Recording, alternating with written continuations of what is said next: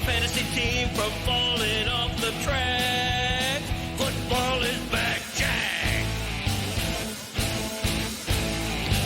Whether on the ground or through the air, when the chips are down and you throw a prayer, when your team is primed and on the hunt, it's 4th and 10, you refuse to punt.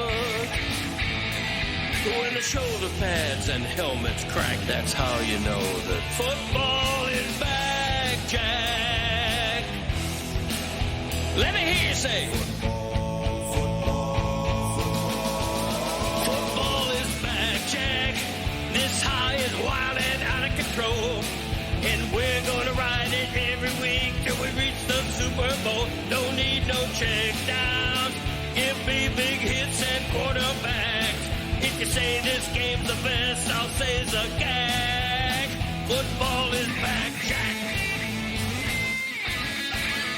Football is back, Jack.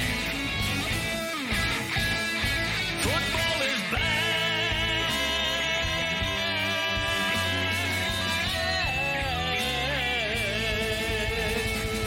Football is back, Jack.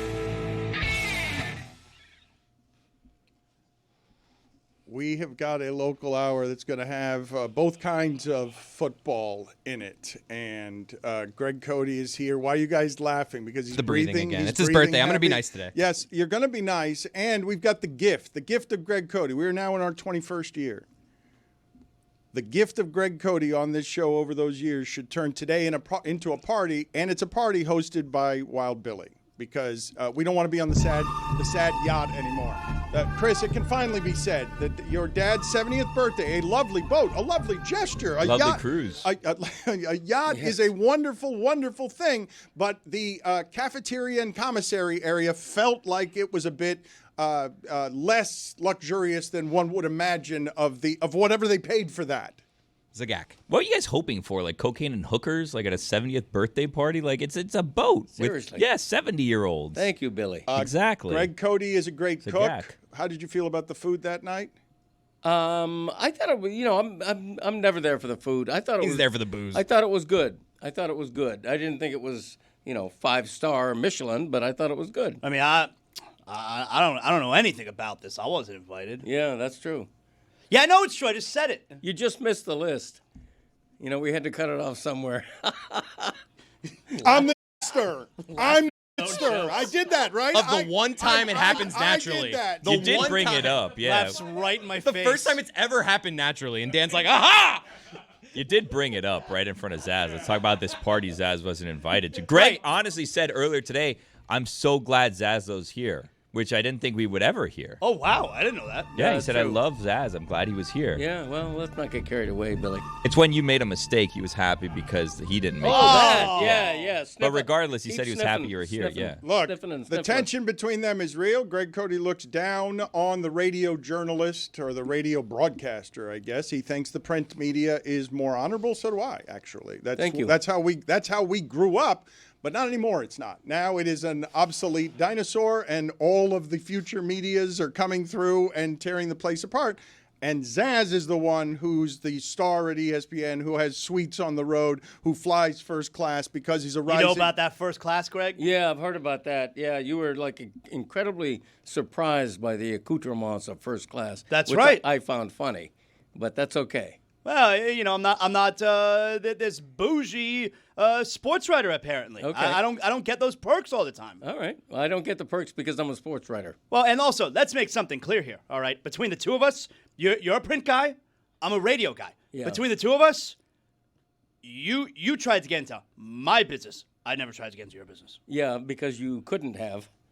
Because We don't know that. That requires putting words in a particular order, turning them into sentences, and then paragraphs in a way that's entertaining to You're read. assuming that's why I didn't want to get in. Feel good about this, Dan? I didn't do this. Yes, you did. No, you called him a dinosaur. You said this used to be prestigious and it's a dying medium, and now Zaz is a rising star. Which, by the way, I will say for the record. Go on. If you ask anyone on Earth, beginning with toddlers and anyone who could start speaking, dinosaurs are revered. Yeah, they Dinosaurs are beloved. Everyone likes the dinosaur. Everybody loves dinosaurs. Kids big love time. learning about dinosaurs. Love dinosaurs. You look around at a modern-day Komodo dragon, Oh, yeah. couldn't hold a candle to a dinosaur. My Yeah, kid has right. never said, hey, can you get me a toy Komodo dragon? Never. T-Rex rules the kingdom. Mm-hmm. Bang a gong, get it on. Am I right? Hell yeah. Okay. That's how Chris was made. I got the reference. Thank you, Mike. I did it Happy just for you. 71st birthday, Greg. Why are you wearing a chef's hat? I'm going to destroy you. No, just No, you're okay, not. Let's just Okay. hold on. All right. Good retort. You like this fight now you started between Mike and Greg, Dan? Jeez Louise, how many people today? We are going to broadcast over the course of time. He has told us, we make a lot of jokes about what we're going to, I'd like the listeners to write in what tombstone nominations for Greg Cody. I am hoping that the Greg Cody experience for the remainder of his life is broadcast by our show until the very end. Okay. And he's, Like literally? yes, Like yes, last breath? yes. Like I would like him to do our show Quick. for the rest of time. But what I'm telling you guys now, as he becomes 71, it's only going to get worse from here in terms of he's going to know less about what he's doing. You guys keep expecting him to get better at this. He's not going to get better at it. He's not going to get better at the mechanics of doing this. And he is a print guy to the very end, and he will always look down on the radio guy. That's not manufactured. I'm not making that up. Okay, first of all, when I'm on my deathbed, the Greg Cody Show will get the exclusive bedside interview. Okay, and you'll be in line for that, but the Greg Cody Show will get it. Look, I appreciate Sniffles' I think that career. might be Zaslow's Nope. phone. My phone's been on silent Aha! for 10 years. Oh, it's my phone. My bad. Okay. Someone did that to him because That's a he. fine. Yeah. I was talking to him in the kitchen earlier, and that thing was buzzing. Someone must have turned that on. I bet I'm going to check right now. Look to see someone find the security tape because I saw Christopher in there earlier. I suspect someone set him up. Okay, it was not Christopher. Damn Oh. it. It was Yeti saying great T-Rex. Excellent T-Rex reference. Yeah, reference from Banging up. 1971. Damn Bang right. it gong, get That's it a good on. one, yeah. Yeti. I would Mark also Bolan. say, in Greg's defense, Greg didn't become a radio guy. Greg became a podcaster Hello. long ago. He has had the Greg Cody Show with Greg Cody for years now. Yes, 5 if years. anything, Anyone can start a podcast. excuse me, if anything, Zaslow was a radio guy who crawled over to the podcast world, which was Greg's domain long before Zaslow's domain. Right. Radio is different from podcasting. Podcast, great. I do a podcast, all right? But there is a prestige to doing radio. Is there? It's live. Okay. It's live. Yeah. Greg, you can't tell me that you're recording your podcast sometimes and you're like, wow, I didn't like that. That didn't sound good. Let's do it over. Guess where there are no do-overs? Radio. That's where I honed my craft. We're literally live right now. I understand. Do you? No, I don't think I you don't do. think he does, This Greg. is not a podcast. I don't think he you do. gets it. Greg No, schooled you. it gets put into a podcast. Yeah, but this is live. I understand. I don't think you do. This is not. Do you think you're on radio? This is not radio. He's Do you think you're on? looking at you guys This is on saying, YouTube. you guys think you're doing a podcast? He's doing radio. He's been doing radio since the moment he stepped foot in here. Yeah, I'm born for live. What station are we on right now? AM, FM? What? Well, I This is don't a know that- YouTube. Yeah, you don't know anything. Where are You we don't going? jack. Going jack. left to right on your radio? I know lots of things. I'm not certain. Go on, Greg. I'm King. the shit stirrer. Anyway, I'll get to the Dolphins, and I want to get to Ray Hudson because Greg Cody, 50 years of experience in this market, he can actually bring the proper history to what happened in soccer yesterday, where a legend stepped down, and we talked about it for a second, but it's bigger than any of the stories we're talking about today. USF against Miami, super interesting. Dolphins, super interesting. Shootable. There are things to talk about, but this legend in this market shouldn't, as a voice who's international, it's across all the seas. This is a person in Ray Hudson who came through this market, and you covered him at the very beginning of soccer in this market. You were writing the first columns about, can the international sport live in Miami? Can it live in the United States? Yeah. At the very beginning of Ray Hudson's career are the seeds of South Florida getting into soccer. Yes. And back then, all you had was the Dolphins and football. There was no other major sport. And the Fort Lauderdale Strikers, they filled Lockhart Stadium. They filled it 20,000 fans a game. it was really the seed from which soccer in this area grew, the seed that led to Inter Miami generations later signing Lionel Messi. And Ray Hudson was the first star. And if I can be very personal about his impact on me, he was the first athlete who I associate with my big break in journalism. Because prior to then, I was covering high schools for like 10 years. I was in purgatory. I never thought I was going to become anything in this market. And all of a sudden, they had me cover the Fort Lauderdale Strikers, which was very big at the time, selling out the stadium, as I said. And back then, we had a budget. And so all of a sudden, a year after covering, a Boyd Anderson Chaminade football game, I'm in Vancouver covering the Fort Lauderdale Strikers against the Vancouver Whitecaps. And we had nothing in the market at the time. It's the Dolphins, and Miami doesn't matter. The UM baseball is trying to find footing. There's nothing in this market. It's just Don Shula. Yeah, and so the Strikers back then were big, and Ray Hudson was the most flamboyant and charismatic of all the Strikers. And I remember sitting with him at a wooden picnic table outside Lockhart Stadium during the middle of the week, and he had just come over from England.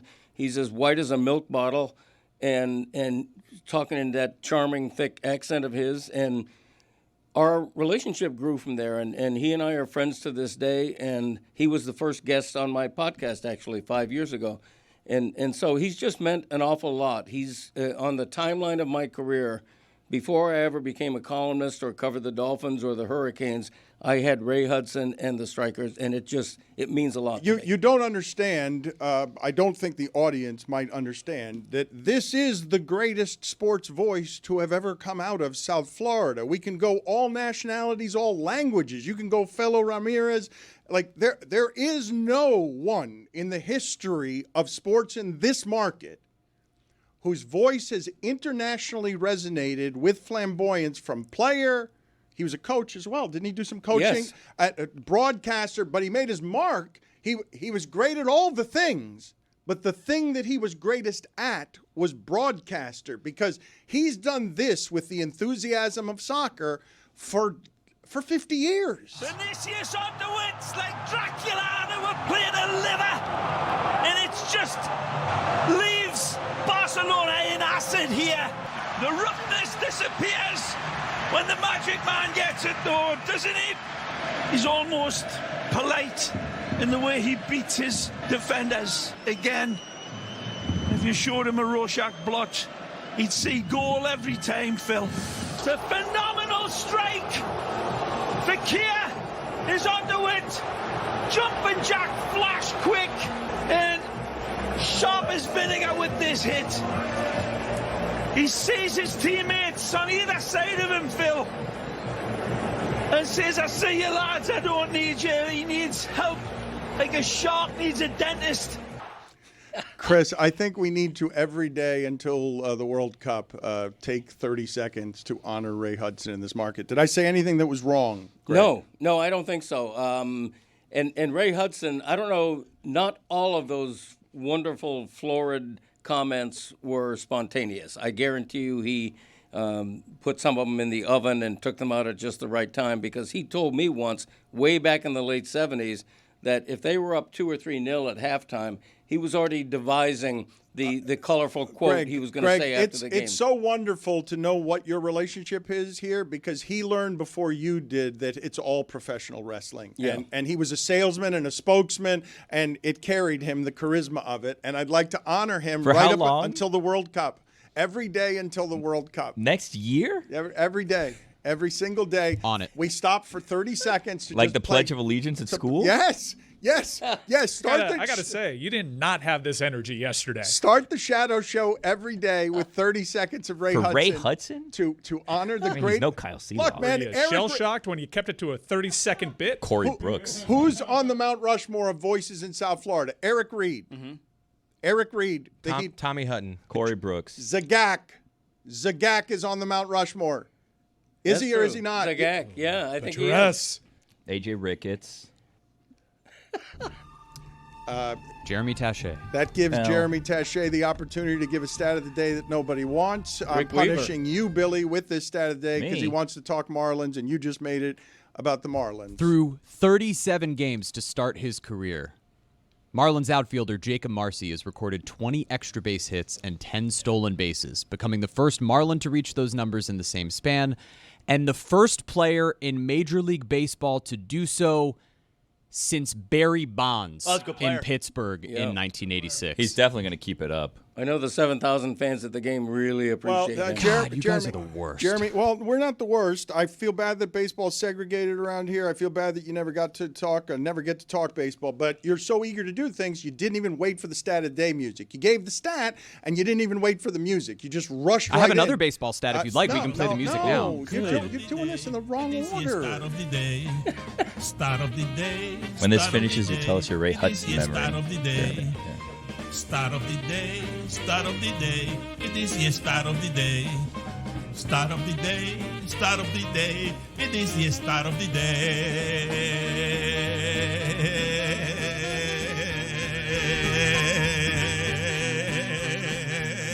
I will get to the... I first met Ray Hudson at WSVN when I was working as an associate producer. He came in for Sports Extra, and it was just a joy to be around him. Just like a kind man who brought a really special energy to the room. That accent was obviously infectious, and it was really special working alongside him and Steve Shapiro, Mike DePasquale on that Sports Extra. You know, working behind the scenes, it was a really, really good time, and Drew I really Rosenhaus. enjoy. Yeah, Drew Rosenhaus in there almost every Sunday. It was great. Thank you, Ray. Did you not see that I was trying to talk there, Jeremy? Turn this music. Soup It's like Nazi. I like that music. Turn the music off. Thank you. Did you not hear, Jeremy, that I was trying to talk there? That I was going to make a point there. I did. You disrespected the Major penalty, 5 minutes, swooning comedy.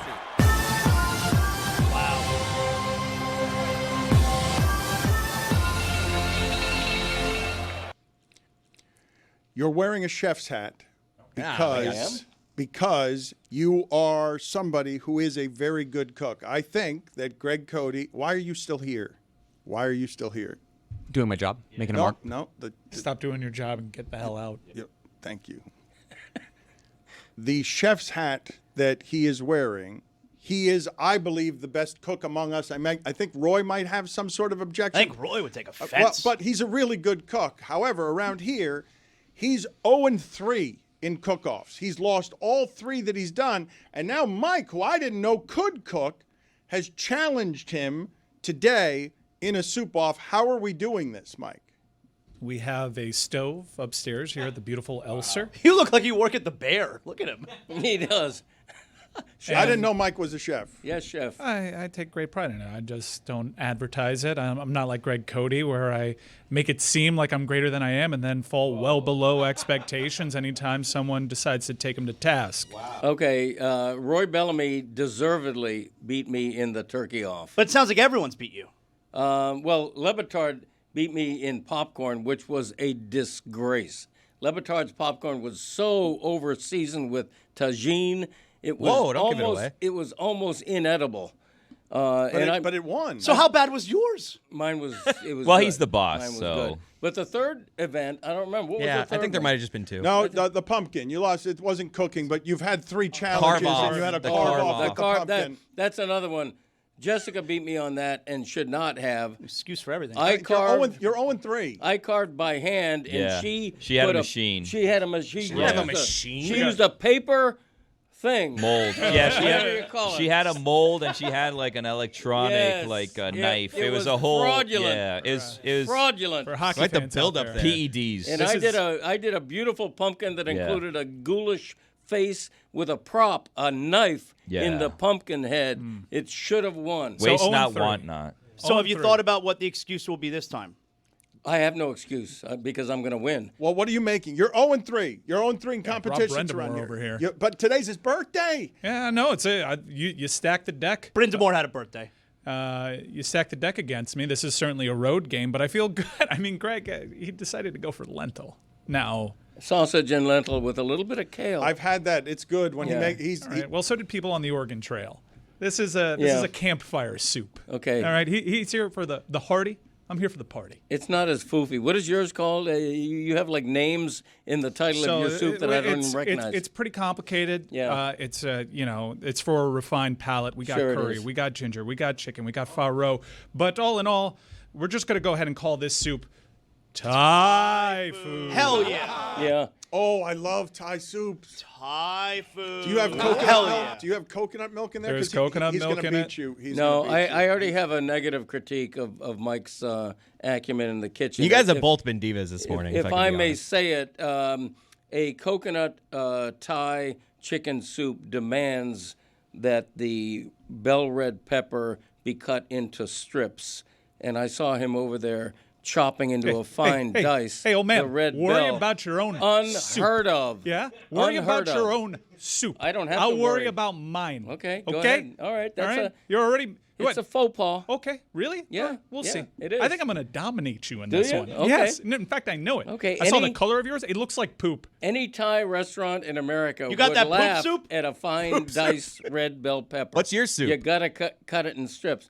My soup is sausage and lentil with kale and other stuff, and it's super flavored. Were you not Oh my listening to your gosh. father before? No, he wasn't. Okay. But it's worth repeating, quite frankly. is. Kale's for color, and Yeah. trust me, it needed it. And by the way, this a chef hat is supposed to be a souffle. It's supposed to stand up regally, and these headphones are really raining on the parade of my chef hat. But otherwise, it's amazing I was able to get a chef hat with the Greg Cody Show logo on it, which I didn't even know they made. But that's a good podcast. That one. Yeah. Yeah, I don't know who does it. We have Adnan Verk on the latest episode talking about his new book, and we do a Dolphins autopsy. It's a great episode. Greg God. doesn't know movies. You are petering. I was just hoping you guys would lay out the entire time to see how long he talked, like just bored about his own podcast. No, I don't Just- want to dominate. I don't want to talk That's too not much the word about I my would use. podcast. It's not. You wouldn't have called what he just did there dominating, where he petered out. Yeah, we got Adnan Verk. Yeah. You know, that was not dominating. It was you petering out because you haven't gotten to plug your Yeah. podcast in the last couple of days. Yeah, thank you for that, by the way. And I'll just tell everyone, it's 71 today. It's only going to get worse from here. There's going to be more petering out, more distraction, more slurping on the cup, more frustrating Yeah. of the sun. That's what it's going to be. You love the phrase petering out. It's one of your go-tos. I didn't accuse you of it. Mike accused you of it. I know. The show loves that phrase. The okay. Dolphins are playing a game this weekend, and I'm trying to think, okay? Dave Wanstead, first half, when he can't decide between Fiedler and Feely. I'm trying to think of a season that felt like this right away. I'm trying to remember Cam Cameron's 1-15 season, and if the first game felt like the following. The Miami Dolphins this weekend play in a game that is only interesting to South Florida because they're like, does the whole thing just fall apart right here? Was last week real? They might get some sort of NFL illusion because, and think about what I'm about to say here, the New England Patriots, the first week of the season, deserve to also be laughed at from sea to shining sea, but no one is doing that to the Patriots, who played one of the worst football games played this weekend. The Patriots played one, Carolina played one, the Giants played one. The Patriots are the only one of those to do it at home. Against Geno Smith and the Raiders, the Patriots have their fan base saying, oh no, maybe Drake May's not the answer. Oh no, maybe Vrabel's not the answer. 1 week at home and you lose to the Raiders. That's balm for the Dolphins. But I'm presently talking about a game with this group of people who have covered this sport and this team all their lives. And I can't remember something that felt quite like this early in the season. And I'm looking at all of it. After Marino retired at 62-7, Jimmy Johnson leaves. I'm having a hard time remembering a season feeling like this 7 days in. I think both extremes can be legitimate. I think there's no excuse for the way they played. They had an entire offseason not to come out like that. By far the worst performance in the NFL in week one. I think this is also true. It's a gross over-exaggeration and knee-jerk to say, they're done. They're done. If they beat New England, mark my words, and it's not a stretch to say it, if they beat New England and they're 1-1, and Tua looks good, all of a sudden we overreacted. A birthday Everybody's gift to gonna let say. you talk that long when you don't seem to know what's happening here. Like you Really? don't seem you're in a burning building saying that Mike McDaniel's got a sprinkler over here that a Patriots win solves. The way they lost in game 1 makes it so that the noise around this stadium is going to have banners flying and people booing in the first quarter if this thing goes sideways. Right. I agree that people will boo at the first interception. Greg, the what first I'm three and out.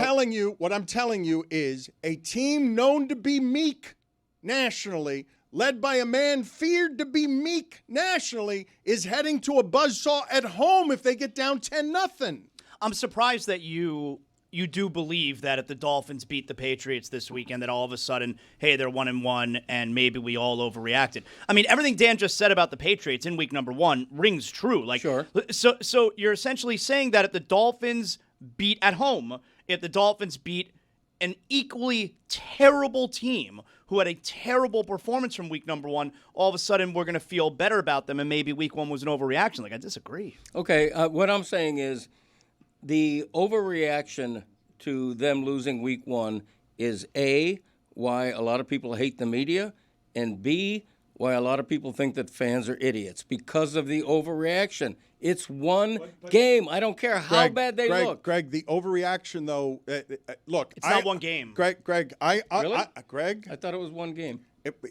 what he's saying, it's the mistrust that is here right now from the fan base toward this thing because Zaslow's holding the popular opinion, Greg. Most of this fan base is saying, even the most hopeful, oh my God, is Tua McDaniel, is all of it over? If they lose this game, someone's not going to be here. We agree on that, right? Tyreek Hill, McDaniel, like if they lose this game at home, you would agree that someone will not be here the following week, Greg, and not a minor player. Following week?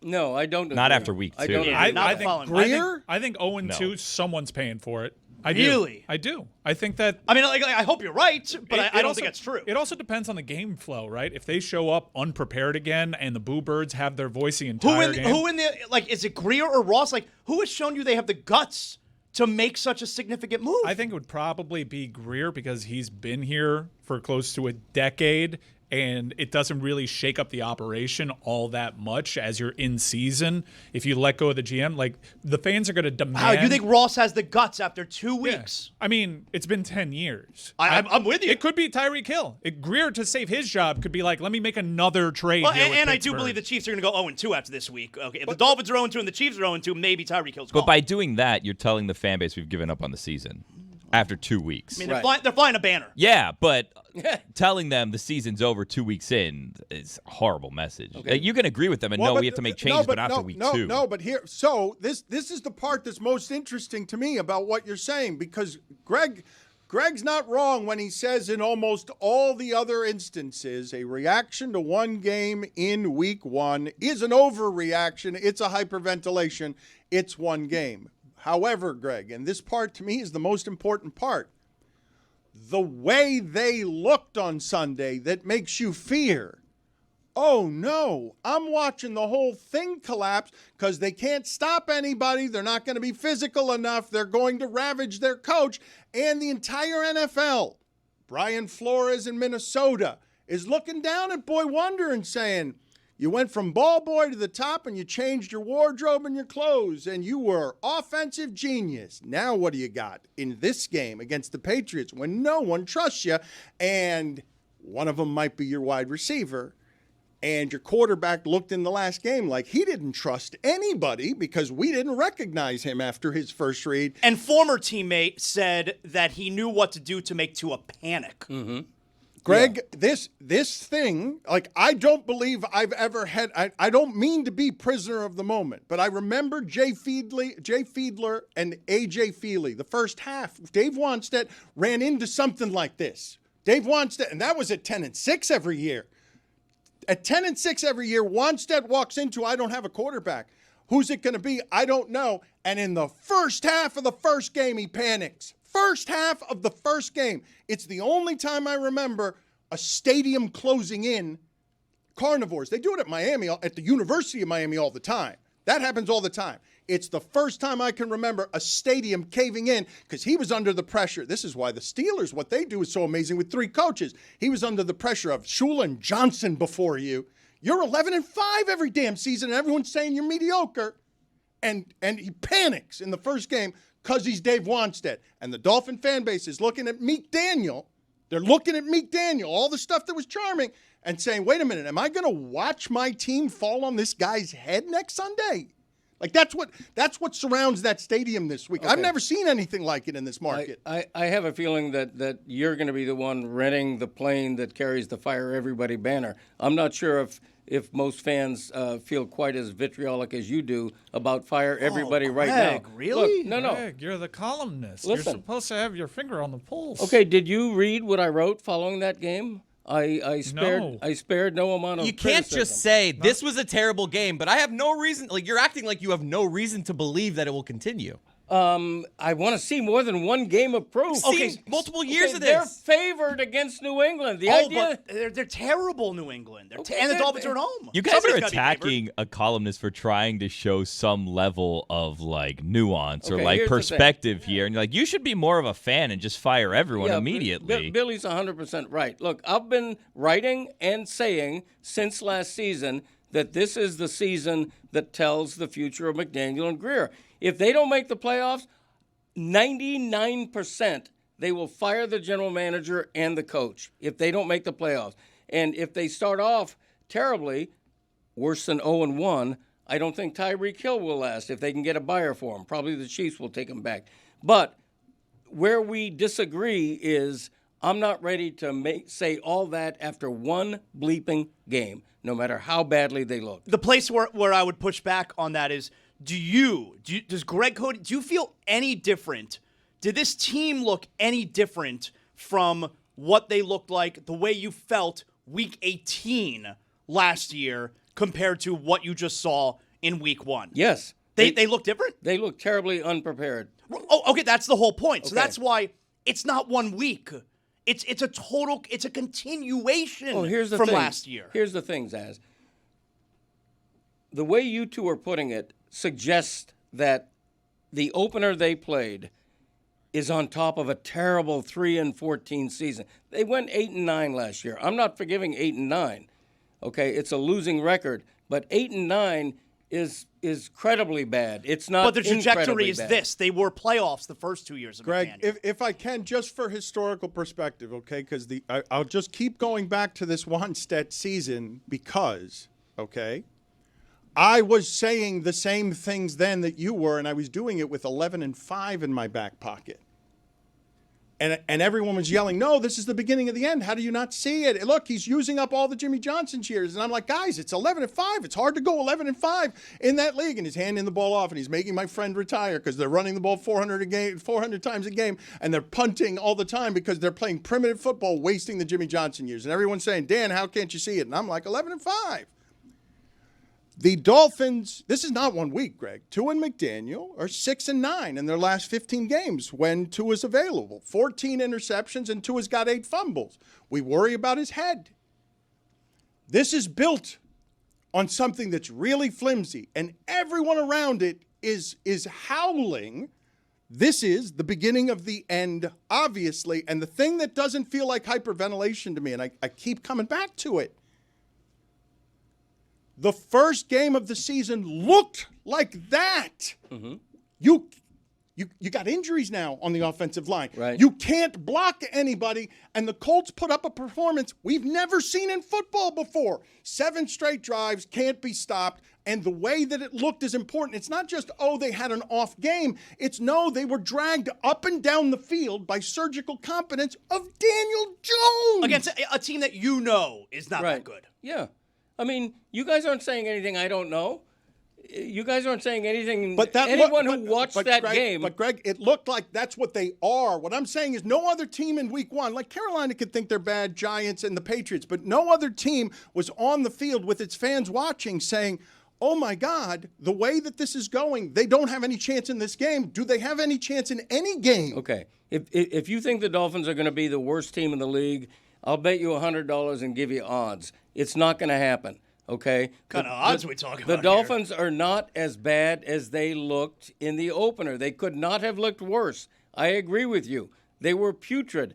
They were embarrassed. They were humiliated. They deserve all of the criticism they're getting. I'm just saying it's one game, and you can't refute that. And it's not a reach that they beat New England, and then what? Are you going to say, maybe we overreacted? Maybe. I will. Maybe If they we look did. good on Sunday, I'll say I overreacted. As will most fans. The problem here is like the perspective of Dolphins fan, right? Like there was this expectation after that game against the Broncos that that's what the Dolphins were, that they were Right. going to score 70 points every game. And if you look at what the Dolphins have been over the last 3 seasons, it was playoff appearance. Last year they controlled their own destiny and they vomited on themselves and they cost themselves the playoffs, but they were there. You knew when that season ended, when as soon as they missed the playoffs, that Stephen Ross announced, hey, you know what? Chris Greer's safe, Mike McDaniel's safe.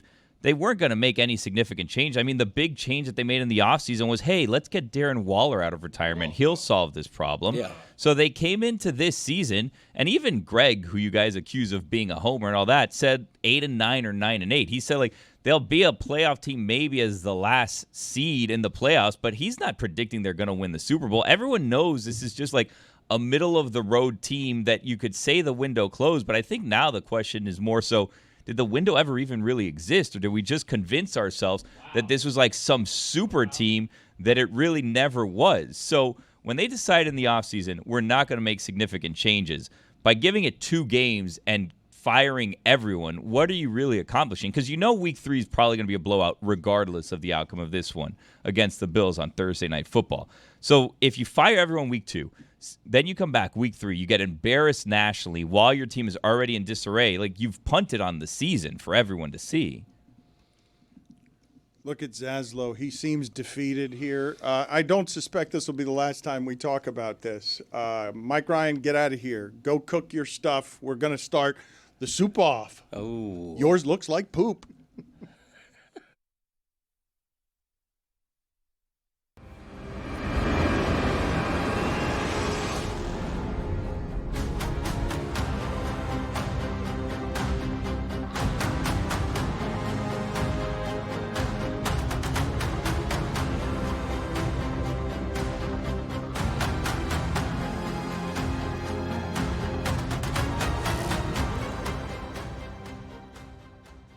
This episode of the Dan Le Batard Show with Stugotz is presented by DraftKings. DraftKings, the crown is yours. Mike Ryan is in position. Greg Cody is indignant that he's never won one of these. Greg Cody is also very confident about being able to beat Mike Ryan in the soup-off. Mike Ryan, and I should say this more often than I do, the Elser has been a really spectacular sponsor and partner on everything we do here. And Mike Ryan is presently in one of their rooms, which has a kitchen. This place is always sold out with people coming from all over the world because they want to live, see the views off the bay. And right now, Jeremy Taché is in the kitchen with Mike. But Billy, why are you making faces? Well, I mean, we're having a competition, and it seems as though one competitor may have an advantage, at least in terms of time, because I see the other competitor still sitting here. So I don't know if the fix is in or what's going on here, but one person seems to be cooking while the other one seems to be here, which would appear to the untrained eye as a disadvantage to one.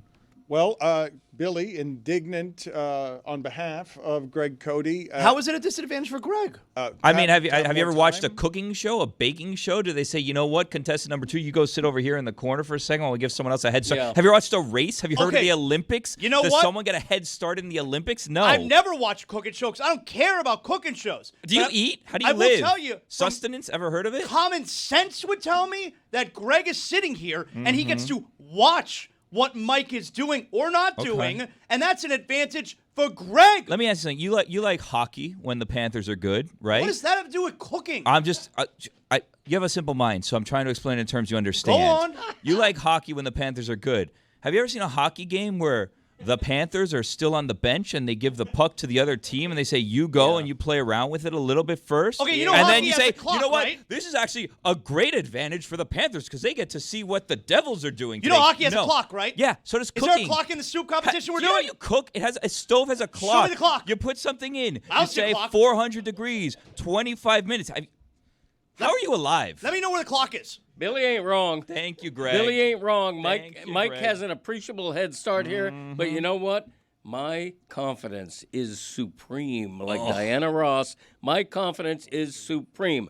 So I'm not worried about it, but Billy ain't wrong. Okay, but what Billy has done here is now, as if I haven't lost enough manpower fix here, is in. he sent you out of the room when I still have to do, as Zaslow pointed out to all involved, hey, this is live. We do not a whole lot of people do this kind of stuff or try this stuff live. That's right. Because there are dangers in doing it live. But go ahead, Greg, I don't need you anymore. I did want to have a Dolphin discussion with you that I think is the last remaining one that is interesting, that takes this all one notch further.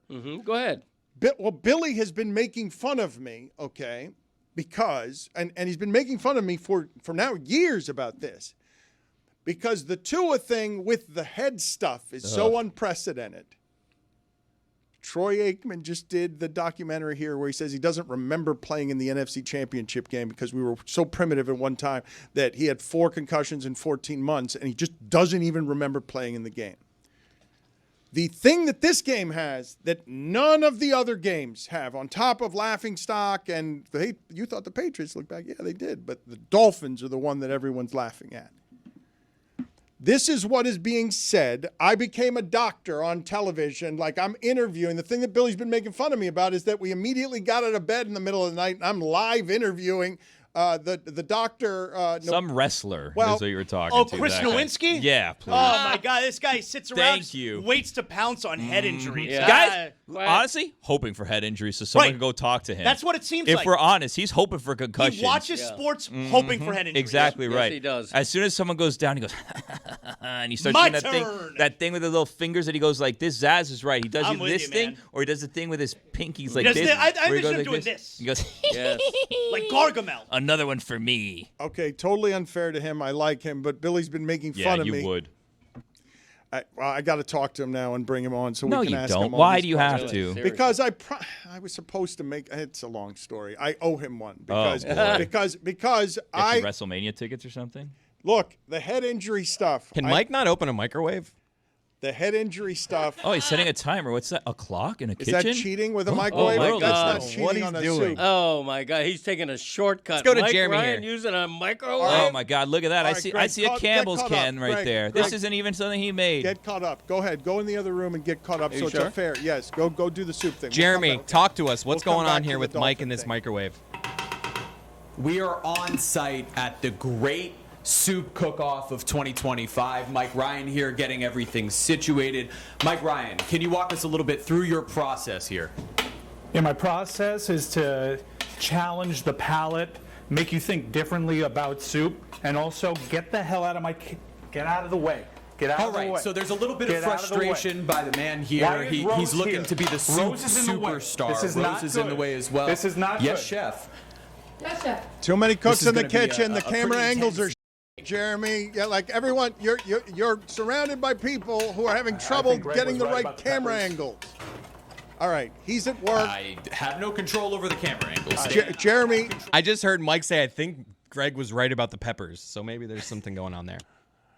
Jeremy, go ahead and just give me whatever update I need on. He's doing this live now. When is this all going to be ready? When? How soon can we go to people tasting soup? Are we going to be able to do that soon? I would assume we'll be able to get to it soon, but I'll ask Mike Ryan here. Mike, I don't want to be too many cooks in the kitchen here, but I will ask you, about what time are we going to be able to taste here during this cook-off? Typically, I like to have my soup settle for about 2 days. That's why I get so many compliments on it, because the flavors blend together. So I'm guessing sometime by Friday.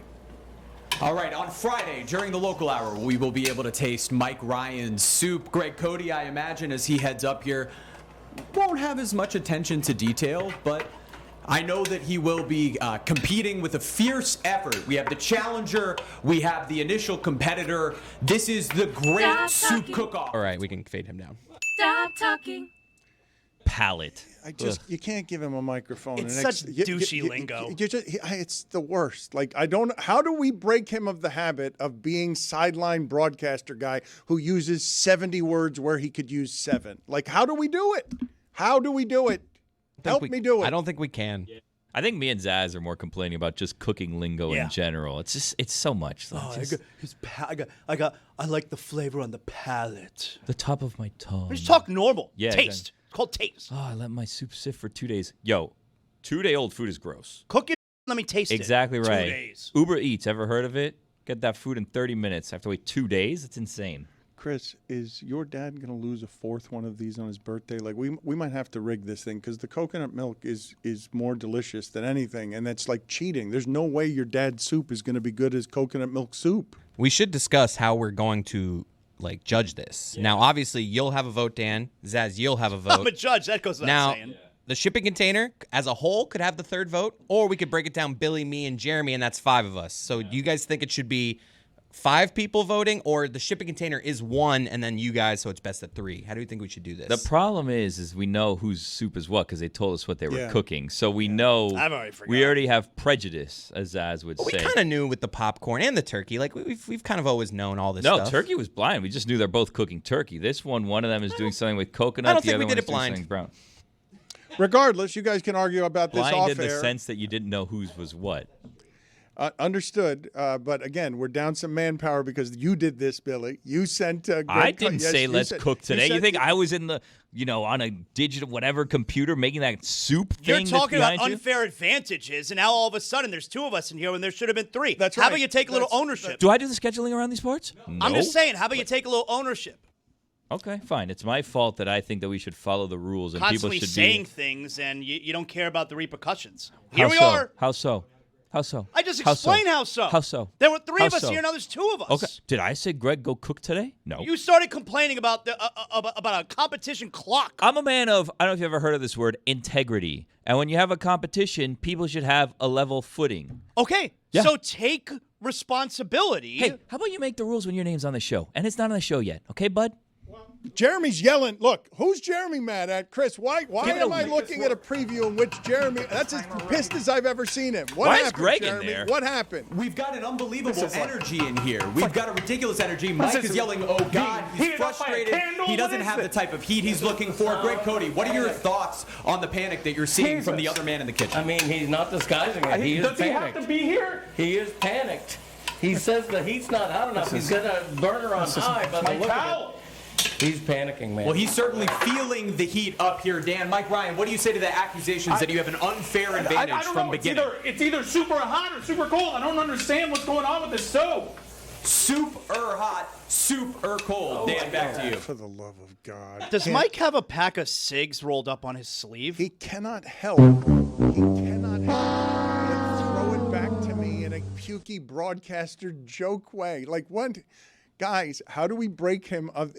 Billy. He needs to do like morning TV, honestly. Like Jeremy would be like good as like a morning GMA. Not even news, because I think he'd cry because his news would be too sad for him to report. Like he needs to do like the local like Miami whatever would be. We have to break him of these habits. He gets into broadcaster man guy and just forgets that Billy's doing FIU games. Pause up. Oh, big week, Shula Bowl week, Dan. We can get to that later.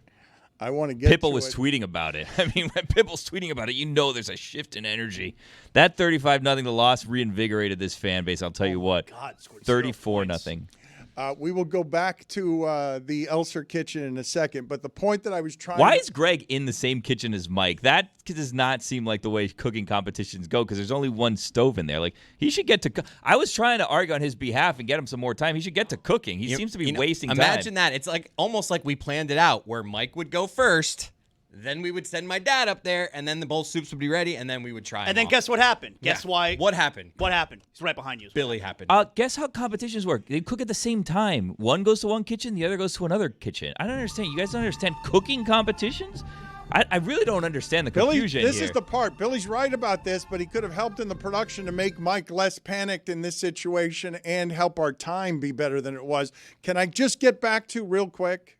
Because I'm going to end up owing Chris Nowitzki an apology again. Because why? I will tell you why. Because the things that he's howling on head injuries that are super primitive, and we've been primitive about covering, and now the sport is bigger than it's ever been. We enjoy it more, and nobody wants to talk about concussions. Of course nobody wants to talk about concussions. In fact, I've told you the story before, and I'm not going to moralize about this too much, but the conflict of interest between John Skipper, the top of ESPN, concussion reporting, NPR, at the very end of what was happening there, at the beginning of us learning about concussions, John Skipper realized he was the conflict of interest between journalism and business. And he's like, yep, ESPN will no longer be doing the concussion reporting stuff that we're doing. I've got to back out of this. I'm the conflict, and I've got to choose business. And America's chosen business. Everywhere, America has chosen business. However, I'm not going to simply forget that 2 times now we've watched Tua in a game and wondered if he should stop playing. And so the conversation I wanted to have with you guys, not the best time during a cook-off, though, when Dolphins podcaster here locally, Chris Hoffman, said, quote, Tua had the worst game I've seen him have in quite a while, and it makes me wonder if the accumulation of injuries and concussions have sped him toward decline.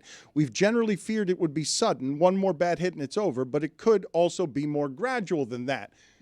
Everything that's happening with the Dolphins, no other team in the sport where everyone gets concussions has that as the centerpiece and what's fair and what's not fair when we're all doctors and I'm in the middle of the night calling the wrestler because I don't understand what I'm covering. Yep. And he knows more about head injuries than I do. Yep.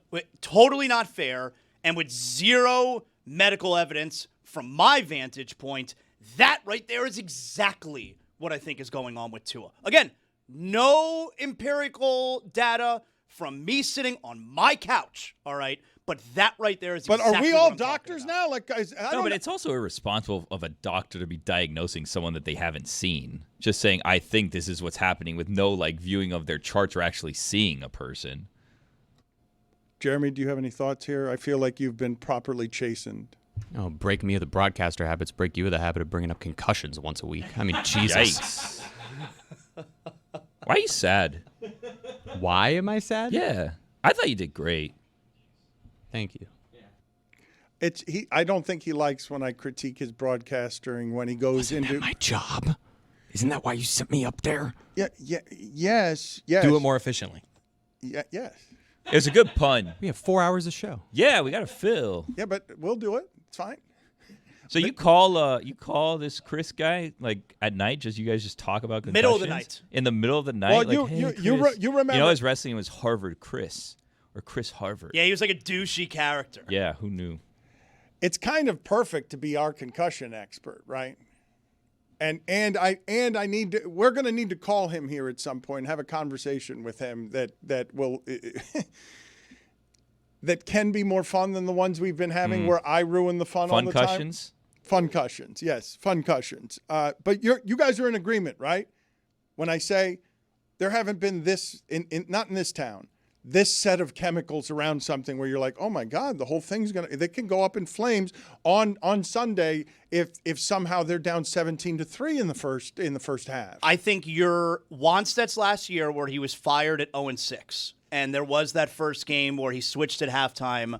I forget if it was Feely to Fiedler or Fiedler to Feely. I think it was Fiedler to Feely he switched. But everyone saw it and I didn't, Right, Jazz. right. I think that's a great example, all right? But the difference between that one and this one is not only are we firing the coach, we're also getting rid of the quarterback. Like, the quarterback, by the way, who signed for whatever it was, $180 million. We've never done that combination before after one game. And by the way, a win this week against the Patriots doesn't solve any of those it problems solves either. nothing. That's why I don't think that the loss is what's going to be like, oh my God, they need to blow up everything. Beating the Patriots doesn't make the team any better than they were after week one, Solves regardless. nothing. Because you know what happens? What are we talking? 5 days later, they're in Buffalo. Yeah, exactly. And we all know how that's going to go. I have a way to potentially solve all of this for the future of the Dolphins, if you guys would like. But look, you need a coach that has stronger leadership skills. You need a coach that's a little more hard-nosed, maybe defensive-oriented, because obviously the offensive thing isn't working. Wants to move on from Tua. Maybe a guy who actually has coaching experience before could use a second opportunity. I think the Dolphins should probably hire Brian Flores as their next head coach. He seems like the perfect fit. Am I wrong? No, just the joke would have been funnier as just they should hire Brian Flores next, as opposed to all the preamble. He painted it, though, so you weren't kettle. sure who it could be because you're like, oh, man, that does sound like a great qualification. Who exists out there? And boom, he nailed the dismount with Brian Flores. You know the thing about McDaniel that I think is like interesting or telling or whatever is that at the beginning, everyone was like in love with Brian or with Mike McDaniel. He's different. Where it's like, he's different. Oh, look at this kooky guy. Wow, he's so zany. Look at his shoes with tags on them, and he dresses different, and he's so fun, and the players must love to play for him. And then last year's when his schemes kind of were getting exposed, where it was like, oh, people have figured out what he's doing, and there hasn't been any evolution. And then this offseason is really when you started hearing from a lot of the former players, where the former players were all kind of speaking out against him. Forgive it seemed me, like Billy. I'm sorry. Mike's yelling at Greg. I'm sorry to interrupt you. It's okay. It's just they're yelling at each other. Greg, Mike, what happened? Mike, tell me what happened. Why are you yelling at Greg? Unplug the feed. I don't know. He I says, don't know. "Do you even cook? Do- I don't have a burner." He's dominating the stove. How's the kitchen? He's using coconut milk by the look of it. Looks a little bit curdled. I'm just saying. Curdle you. Maybe it's not. Curdle you. All Tell right. you what, Jeremy could have helped in that situation. There seemed to be some confusion up there. I don't think they can hear what we're saying, so they don't know that we're going to them. I think Greg could, which was the problem. Yeah, well, yeah. All right, let me try that again, and I'll go straight to Greg. Yes, it seems like you would want Mike to produce this segment, not Greg, but good judgment on his birthday. Let's give him all the gifts. Greg Cody, give us a report, please, on what's happening right now. How soon will he be done? How soon will you start?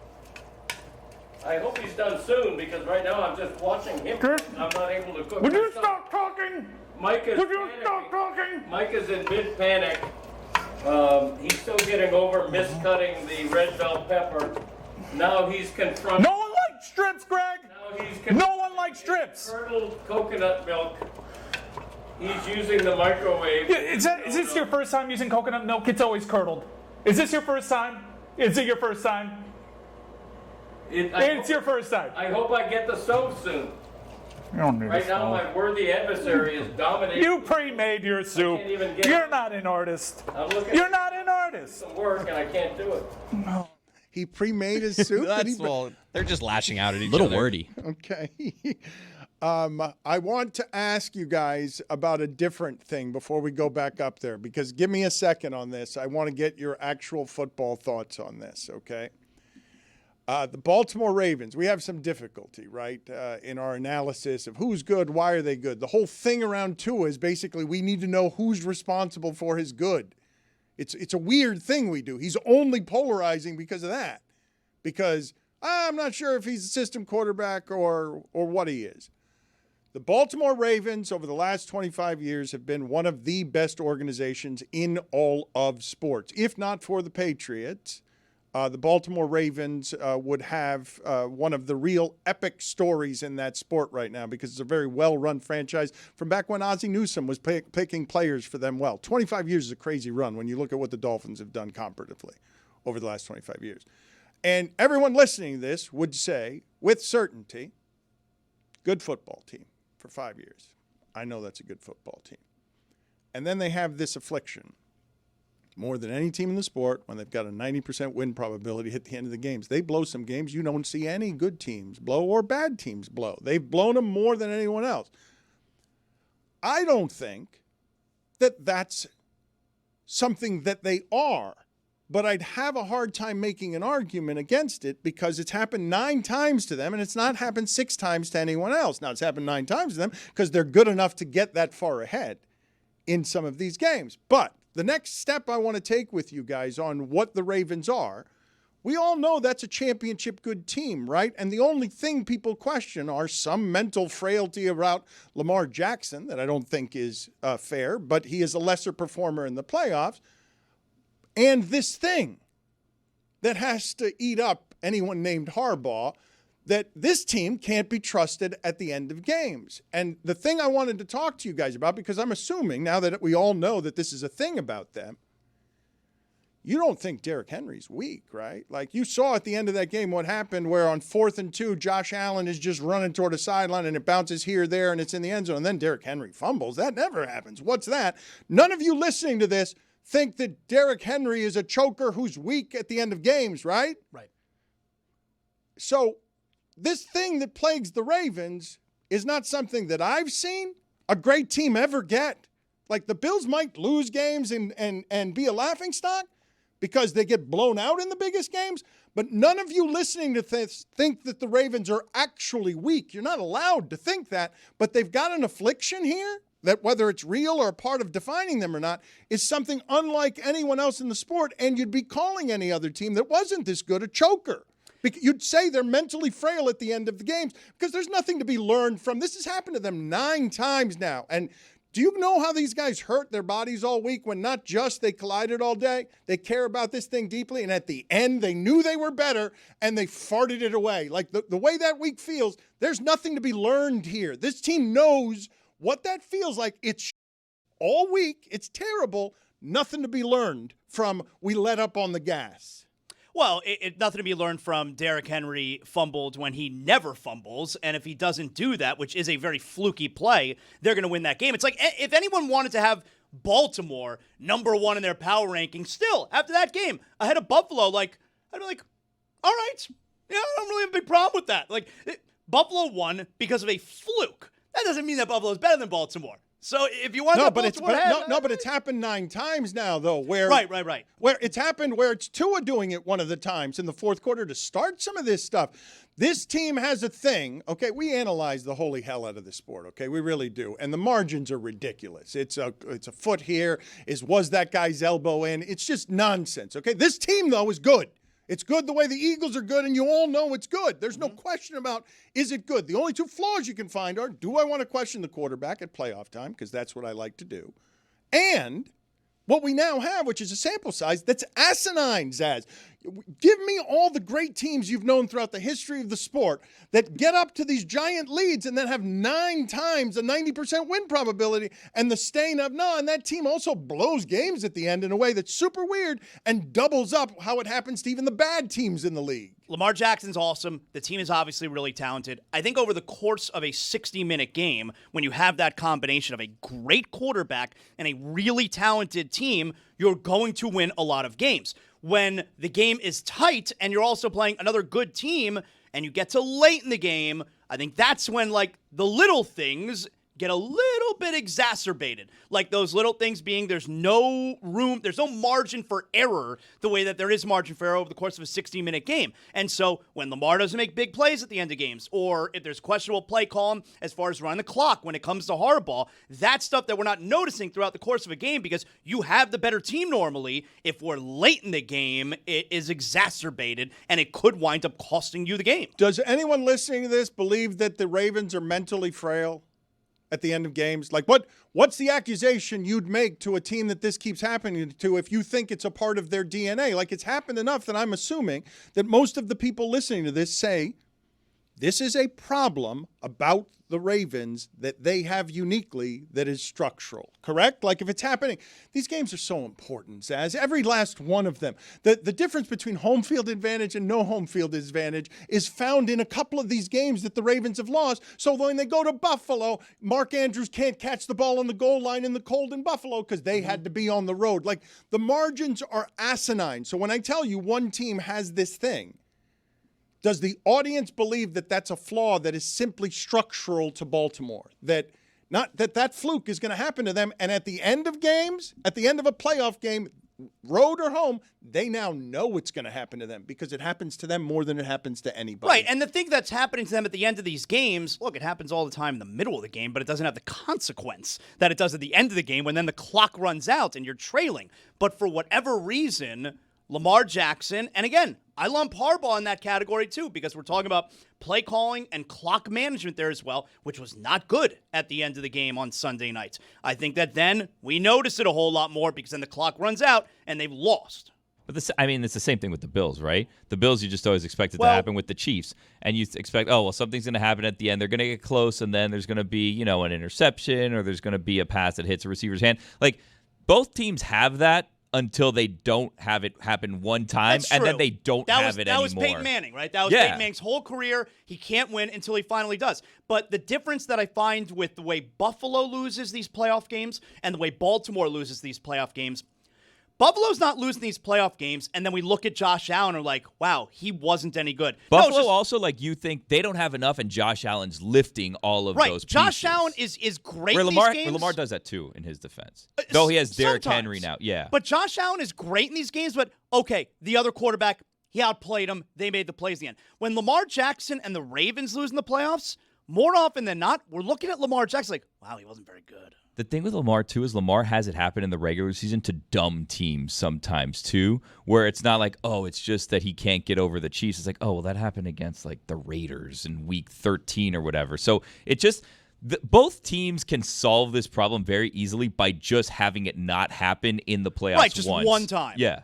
Yeah, just one time. You guys say that, though, and I just spent 17 games watching the Chiefs win one-score game after one-score game and be like, well, that's an ability they have, right? If they're doing it 17 straight times. I mean, but it wasn't, because, like, some of them involved field goals going off the, crossbar. But also in these close one-score games that you're talking about here, you have to play mistake-free. And they have a quarterback and a coach who are apparently really good at being mistake-free late in these tight games. To me, it's really interesting, though. If I polled the audience right now, if I just asked the audience of football fans, what are they saying? Like, this sticks to the Ravens now. I think Lamar Jackson chokes. Until it doesn't, though. Like, it just takes one for it to not stick. It takes one what, though? Like, if overcome it one time. In the playoffs. Okay, but what about during the regular season? So you guys are doing it in the playoffs. Matter. Okay, so but if yesterday, like if the kick goes wide and the Ravens still win that game, but they choked it at the end, we're probably not having the conversation we're having right now. No, we'd all be applauding the game the Ravens had. Yeah, and then it was, that always happens to the Bills. But it was a perfect spot. But also, you would agree that Lamar Jackson's at the place in his career now where nothing good can come of the regular season. We have to wait until the playoffs, and that's when something good can happen for Lamar Jackson. The regular season is meaningless for Lamar Jackson at this point in his career. Nothing positive can come out of the regular season. Oh, Greg Cody is in the kitchen now, and he is slicing up with a gourmet's touch. Look at him go.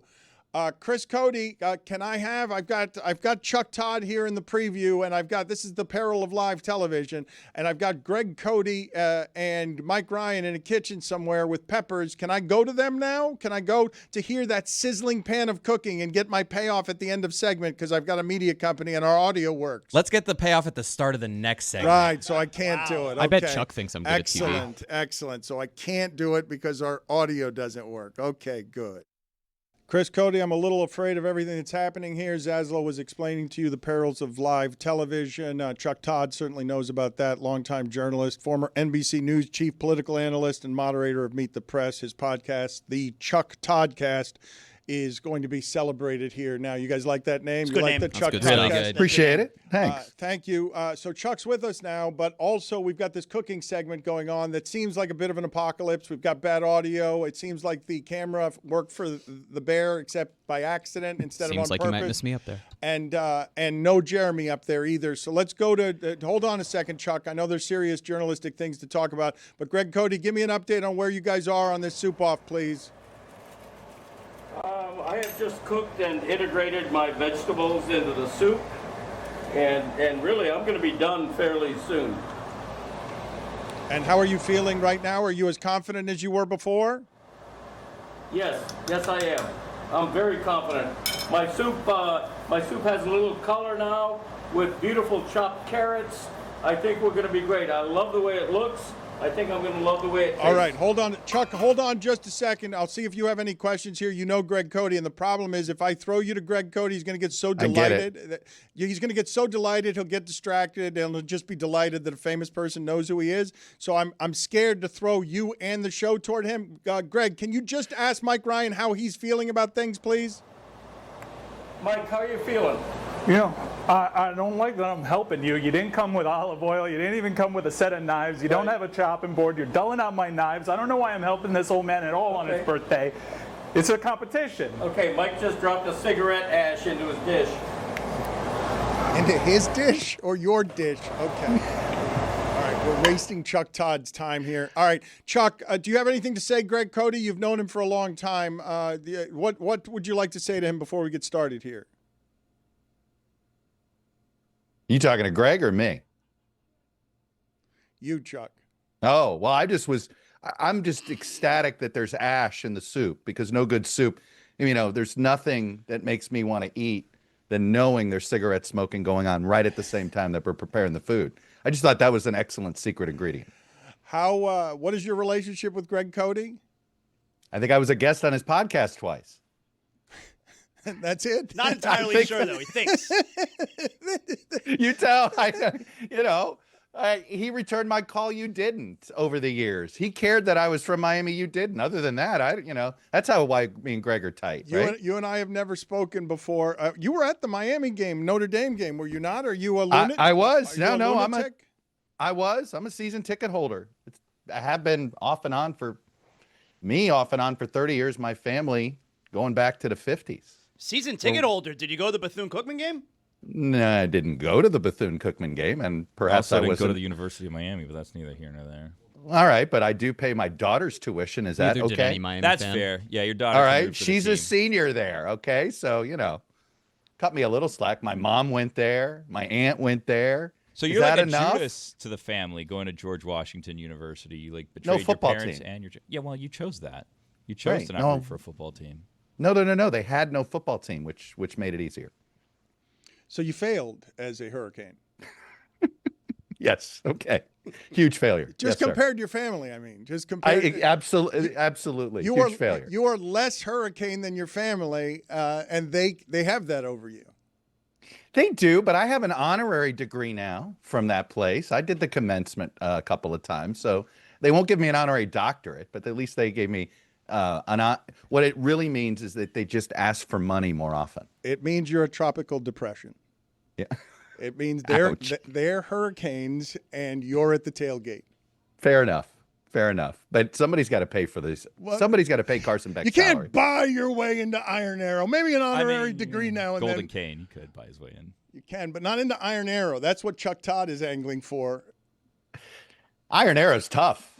I'm hoping my daughter gets in on that. We'll see. We'll find out in a few months. But what is your greatest of sports allegiances? Is it that or the Packers? It's the Hurricanes. It's the University of Miami. So every childhood memory. Come on. I grew up. My first memory of going to a football game was watching Otis Anderson play football. That back then, Miami 3rd and 8, and the best way to get a first down was to pitch it to him. When your formative years as a sports fan culminate with what we got to witness from 83 to 90, I live and die by them. Live and die by them. My mood goes up and down. Even in the Al Golden years, even in the, you name it, all of those horrible years over the last 2 decades. Every year I have too much hope, and every year my heart got broken. Chuck, your favorite moment in the stands at the Orange Bowl is what? It was the wiping out Deion Sanders in Florida State. 31-0. 31-0 when they came in. And they did the music video, and it was I believe it was the first game of the season. That's my favorite. Probably second favorite is Devin Hester's first game. If you remember, when the first time he touched the ball, he returned it for a touchdown. Did you get a game ball? What is that ball over your head with your name that says Miami Hurricanes? It means I gave them a lot of money. Oh. They give you one of those? That's what it means. You give them a lot of money and they send you one of those? They send you one of those. It comes in this elaborate box and you're like, boy, what is this? And you're like, oh, it's a deflated football. Okay, well, I have a podcast studio, so I need to put something in there. I have so many questions to ask you that are not sports related, but I was also at the Flutie game, by the way, which is a searing memory in my head. Jeremy, look this up for me because this is pretty funny. Art Schleister, just look it up for me. Worst gambling losses and stuff because he's involved with like 3 bets where he's in the middle of something like that Flutie game. Can you tell me when you look back at your Miami life, Chuck? The things that are imprinting, is there something that's more imprinting than Miami football? No. I mean, look, as far as for public consumption, yeah, it's Miami football. Now that begs a follow-up. I know it does. Meet the And I press just, guy. what else am I supposed to? Yeah, I'm going to keep answering anything more than that. But Okay, no, well, my pride in Miami is is University of Miami football through and through, and I will say something that is real, which is I don't think I would be good at what I do, and maybe some people don't think I'm good at what I do, if it was not for growing up in Miami in the 80s. Because I do believe Miami in the 80s, 70s, and 80s is America today. And in some ways, it always gives me a little bit of hope because we became a cooler and better city over time as we went through all of the cultural stuff and all of this stuff that the rest of the country's going through now. And so I just am glad I grew up in Miami when I did, because I think it makes me smarter about understanding what's happening in America today. Hold on a second here, because I want to get to all of your thoughts on what's happening in America today. But Greg Cody and Mike Ryan are still slaving, and they're finishing up here. So, Greg, give us an update here. Tell us what's going on up there with Mike Ryan. Well, I think we're both on the home stretch. My soup is done. The flavors are just marrying and integrating. I can't speak for Mike's soup. He's still adding, willy-nilly. He's still adding a bunch of stuff. I don't know whether he's dissatisfied with the product. I can't speak for him. But my soup is ready to go. Mike, how confident are you feeling? Because he's been bold, and he thinks he's going to win his first competition around here. Old man, 71 years old, birthday today, is 0-3 in these. How are you feeling? I'm feeling pretty good about the soup. It's getting there. Should be ready to go by Friday. Chuck, NATO plane shot down Russian drones over Poland. How close are we to World War III? Greg, how close are we to World War III, Greg? I would say 4.5 years. Oh, got it. Chuck Todd, over under. I didn't hear that last answer. What was his over under? He said 4.5 years before World War. I'm certainly worried about that with China. So unfortunately, if you're going to take, I hope it's a never, but it's either under or never. So it's over. You want it to be over, or you want? I want it to be over, but I fear it's under. When you think about China and Taiwan. But right at 4.5 years. If we're really going to go down that road, yeah. Right? China's got this whole plan to be ready to take Taiwan by 2027.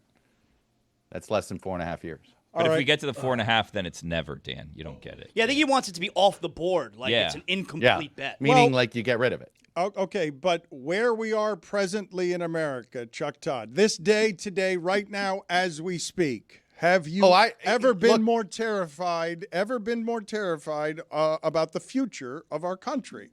In the first 2 months in Washington, D.C. after 9/11, I was terrified that was the first time I stashed cash, had go bags to leave, because I'll promise you this, the first nukes aren't going to hit Miami. The first nukes are hitting where I live.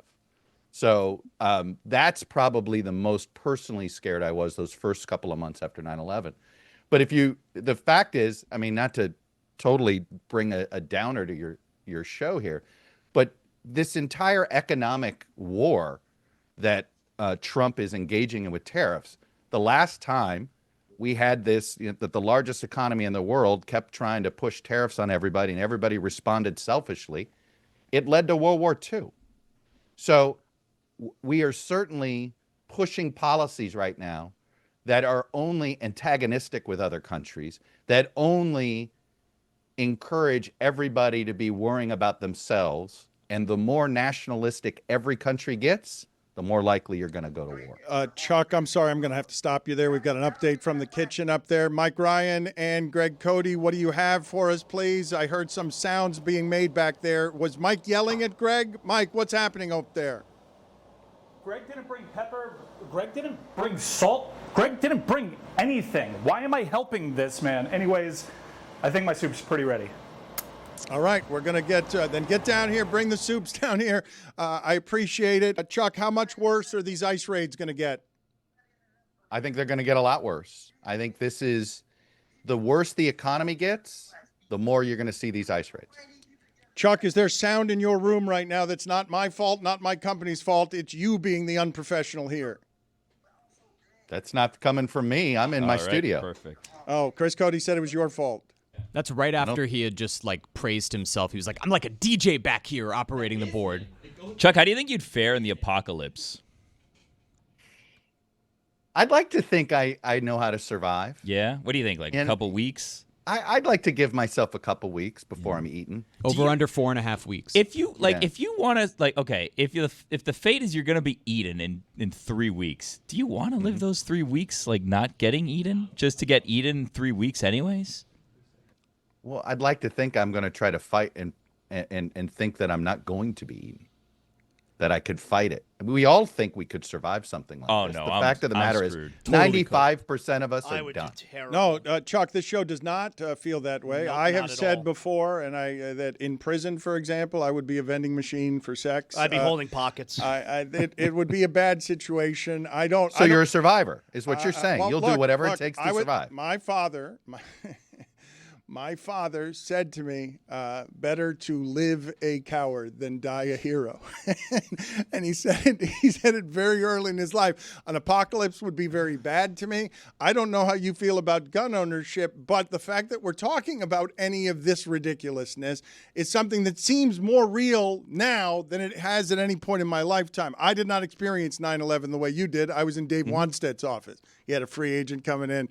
He wasn't paying any attention to what was happening that day. So I didn't have enough worldliness to even understand what was happening then.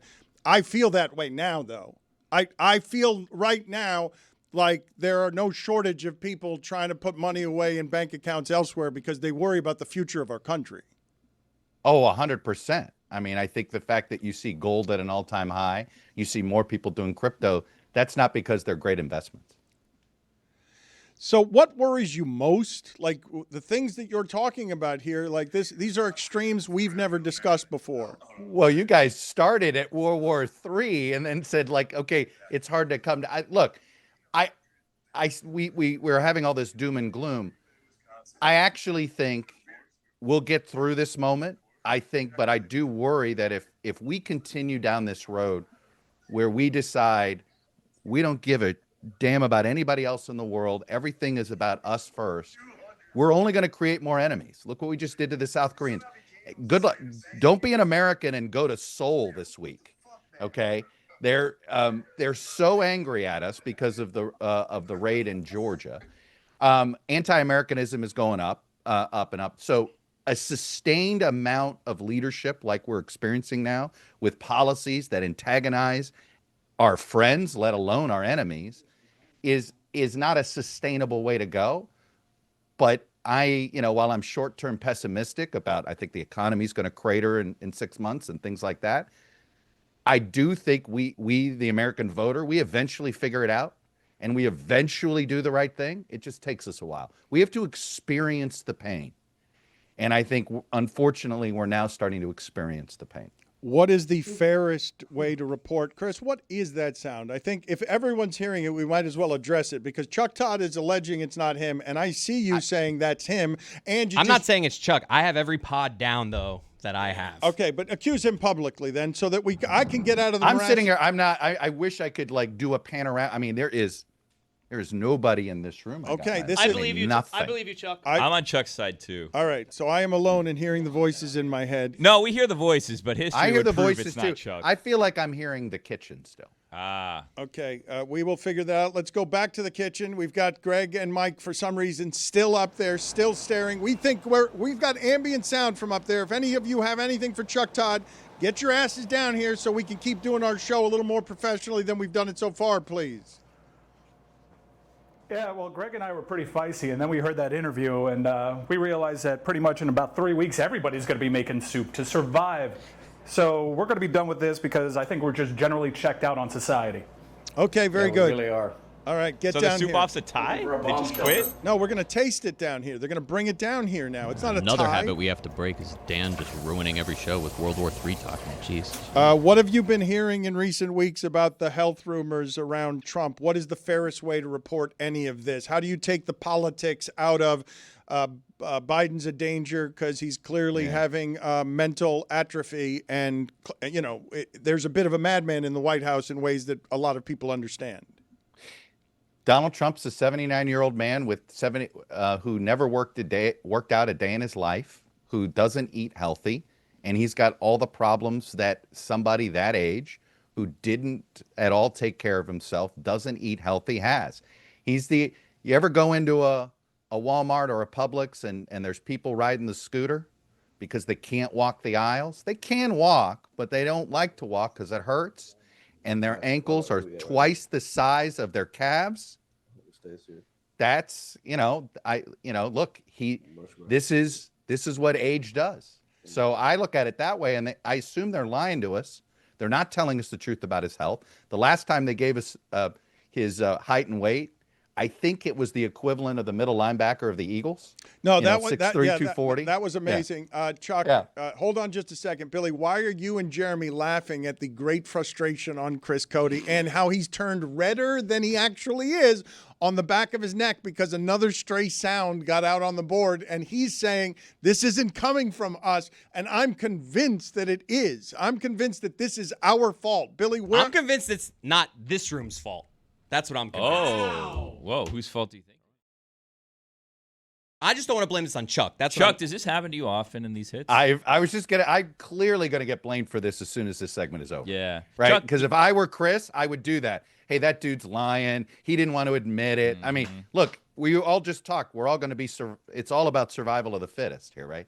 And he's got to survive longer with you than I do. So, but it isn't me, but I know that I'm going to get blamed for this. Chuck, there were some people questioning your last answer, saying they didn't believe that you frequent Walmart. When you mentioned Walmart, people wondering when the last time you went to a Walmart was. I got a place in Pensacola. I go to Pensacola. I have a place there. I live part-time there at times on the beach, and there's Publix and Walmart when you got to go get stuff. So, yeah, I go to a Walmart more often than... And if you're a political reporter and you're not sort of going, in all honesty, I do believe you've got to sort of frequent where America goes, not where East Coast elites go, if you want to just have an idea of how American voters are experiencing things. Not to be too... You're a Target man, though. We can agree. I know. You go to Walmart out of necessity. You're not flying Spirit. No, I would never. I wouldn't fly Spirit to fly you. To rescue you. I wouldn't do that to anybody. You check out any Pensacola Blue Wahoos games, Chuck? I have. Any I have. odds That's on the Cam Marlins. Alderman? That's the Marlins AA. Wow, look at that. Franchise. No.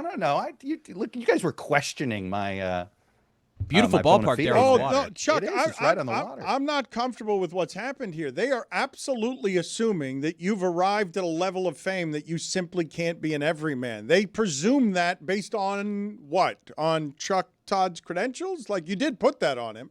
Who's they? Me? You guys in... No, we were talking Wahoos, man. Bubba Watson. Yeah, I just want to know what he thinks. Yeah. That's the offense that you're taking, right? That they would assume that you would be too good to walk into a Walmart? I'm not taking offense. I get it. I know people stereotype, and stereotypes are around for a reason.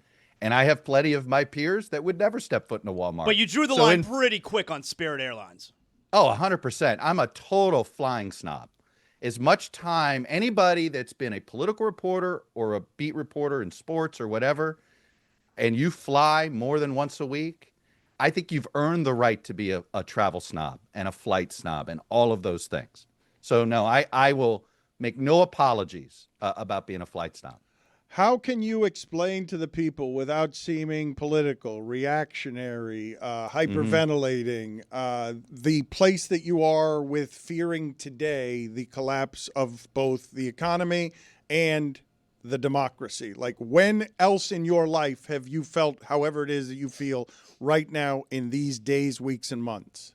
Look, we haven't. I don't think we've ever felt this way when it comes to the democracy in our lifetimes. I only comfort myself by realizing that we did go through this in the 1920s. We lost our mind after the pandemic in 1918. We banned alcohol right after the pandemic. Like, we were just, we as a society, we lost our minds for about a decade. The worst graft in the history of government took place in the 1920s. This ridiculous tariff business took place in the 1920s. Now, all of it led to World War II, which is why we should take this, why we should realize that, hey, let's learn a lesson from history, please. But I guess I look at it and I do still have enough faith that we'll get through this, we'll get past this. And part of it is because he's 79 years old. He isn't going to live forever. Jesus is what you said back there, Chris? You said Jesus. We started at World War III, and him telling you that Trump's not going to live forever makes you, that's the one that makes you say I've Jesus? said Jesus a few times during this segment. If we're I think he keeping was track. 33. I tell you, I didn't expect this to go this dark as quickly. Yeah, that's what happens here. It is. I was just going to say, this is why I love your show, Dan, because you go dark fast. You go right to the darkest spot. Did you just call me Dave? Yeah, Classic No, I Dave said move. Dan. Yeah, it's fine. I said Dan. Let's You run know, it back. Chuck went to Killian. You went to Killian, right, Chuck? I did. So, Dan, you know who else went to Killian? It was Tony. And Tony told us that he used to be afraid walking down the hallways that someone would walk up to him and snatch his chain right off of his neck. So, Chuck, are you more scared of World War III or getting your chain snatched off your neck at Killian High School? You know, it's funny that Killian's become this negative symbol. It was sort of the other Palmetto when I went there in the 80s. And now that, like, you know, I have a lot of opinions about what's happened in the Miami-Dade school system. Oh. But the fact that Killian Top has five? become apparently the last high school you want to go to in South Miami-Dade County is pretty sad. But I have heard that it is not necessarily the place you want to walk the halls these days. As the former moderator of Meet the Press, probably one of the greatest press shows of all time, of most distinction. Sports reporters. What has happened, that should have been in Mike's top 10 yesterday. That was disrespectful that Mike Ryan's top 10 sports shows didn't have the sports reporters. How about Inside Stuff not being on his top 10? Come on. Yeah, there were some flaws in that list. But the state of the American media today, as someone who's been a guardian for it, Christ, man. cares about some of the things More that dark. I my care God. about here. Typical Dave. This guy. Luckily, Dave. the tropics are quieter. All You're right, hearing about Chuck, hurricanes. Little Now I wordy, did too. call him I All mean, right, Dave. get out of here. His podcast, the Chuck Toddcast. You can get it wherever it is you get your podcast. Thank you, Chuck. I appreciate it. So this was a good idea to do this show, right? Yes. Well, I don't know. I don't know what kind of trouble. You're a serious journalist. You're a serious person. No, Look, but I'm also independent. I would have that last question. The problem is the corporate ownership now. Media doesn't have a chance if you're owned by a corporation, a big, massive corporation. Yeah, that's you why just don't have a say. Metal Art Media is free, and you see how well that goes during your segment. That's we're free. We don't got any responsibilities to anybody, but our audio doesn't work. Hey, Chuck, start of next year, you want to be our Blue Wahoos correspondent once a week? Stop in, let us know how the AA farm team's doing for the Marlins. Not every week, but I'll Once a be month, a reporter maybe? once a month. Yeah, I'd pull that off once a month. Awesome. Go Blues. Can't wait. There you go. Go ahead, 1 minute segment. Go ahead and make it with him, and we'll do Matthew Berry for 3 minutes, and maybe we'll get good at you being less wordy. And 30 seconds of Ray Hudson. Do things quickly. Yes, do things well quickly. Other speakers doing them well quickly. Thank Wasn't you. wordy at all what you just said. Chuck, Dan. thank you. Appreciate it. the time. I don't think that he respects me anymore. Let's He loves you, Dave. I want to relive. He is still here. Before you get out of here, let's relive if he did indeed call you Dave or Dan. He did. He absolutely did. This is why. I the love second time I. All right, here we go. Let's Chuck, play we it. weren't talking to you. Chuck, have you done television before? Chuck, have you done television before? Yeah, Hold not on out a of my second. house. All right, I'm going to hit the sound right now. This is why I love your show, Dan. Dave. This is why I love your show, Dan. This is why people think the media lies, Chuck Todd. You've been caught in a lie. You've been caught dead in a lie.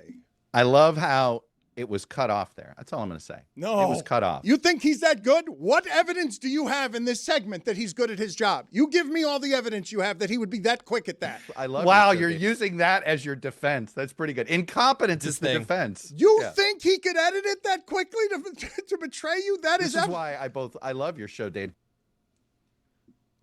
Chuck Todd. Anyway, I swear. Liar! Fair enough. Liar. There it is. All my critics. You did it. There, You exposed I me. finally got him. You Finally. exposed me. This woke turd. Get out of here. He might have been calling you Dane, like former Blue Wahoo Dane Myers. Of God. For the That's love of exactly what it God. is. I'm going to take that. Goodbye, guys. See you later. He did call me Dave. Let's change the imaging of our show to the Dave Le Batard Show. Let's do that. Can we do that, please? Let's do that right now. No. Where does our imaging air? You should know that. Right behind you, executive producer. I thought you meant audio-wise. Like, where do you hear, like, this is the Dan Le Batard Show? Like, Yeah, that's imaging. These are images. This went well. It did not go well. The soup off, I don't know where we are in the soup off. Can you explain to me why the audio was so bad on the soup off? Like, it's 14 floors away. Because I wasn't there. Is that what happened? Because Jeremy wasn't there? Like, that seemed, Zaslow, what would you say about how we executed all of that audio-wise? I thought the audio was fine with the soup off. I do want to get to the bottom of where was the other programming that we were hearing? it was a Zoom issue. It was not coming from Chuck. It was coming from Zoom. This issue.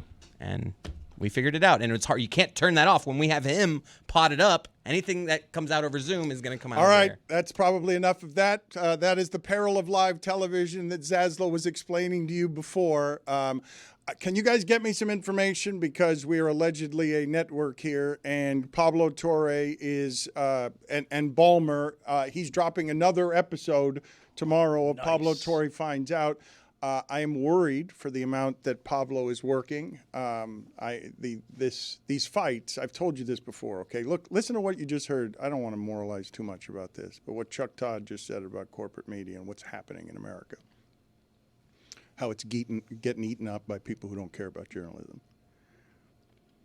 What we're doing with Pablo is hard to do, and no one else would do it. And we don't mind doing the hard stuff, and he's doing the hard stuff. And it's harder to do now than it's been before because corporate entities will run scared from the frivolous lawsuit that costs you $10 million because you just want to get him away from you because we've got all the things Chuck Todd was talking about. The work Pablo Torre is doing, and Pablo Torre Finds Out, I am saying this with no exaggeration, is leaps and bounds harder than what anyone else is doing in the space. And fighting Steve Ballmer, making him get on a plane to fly to Bristol, Connecticut to do that interview, the 7th richest man in the world, because he's trying to get around the rules like all those rich people can because they got all the money and they don't have to worry about anything.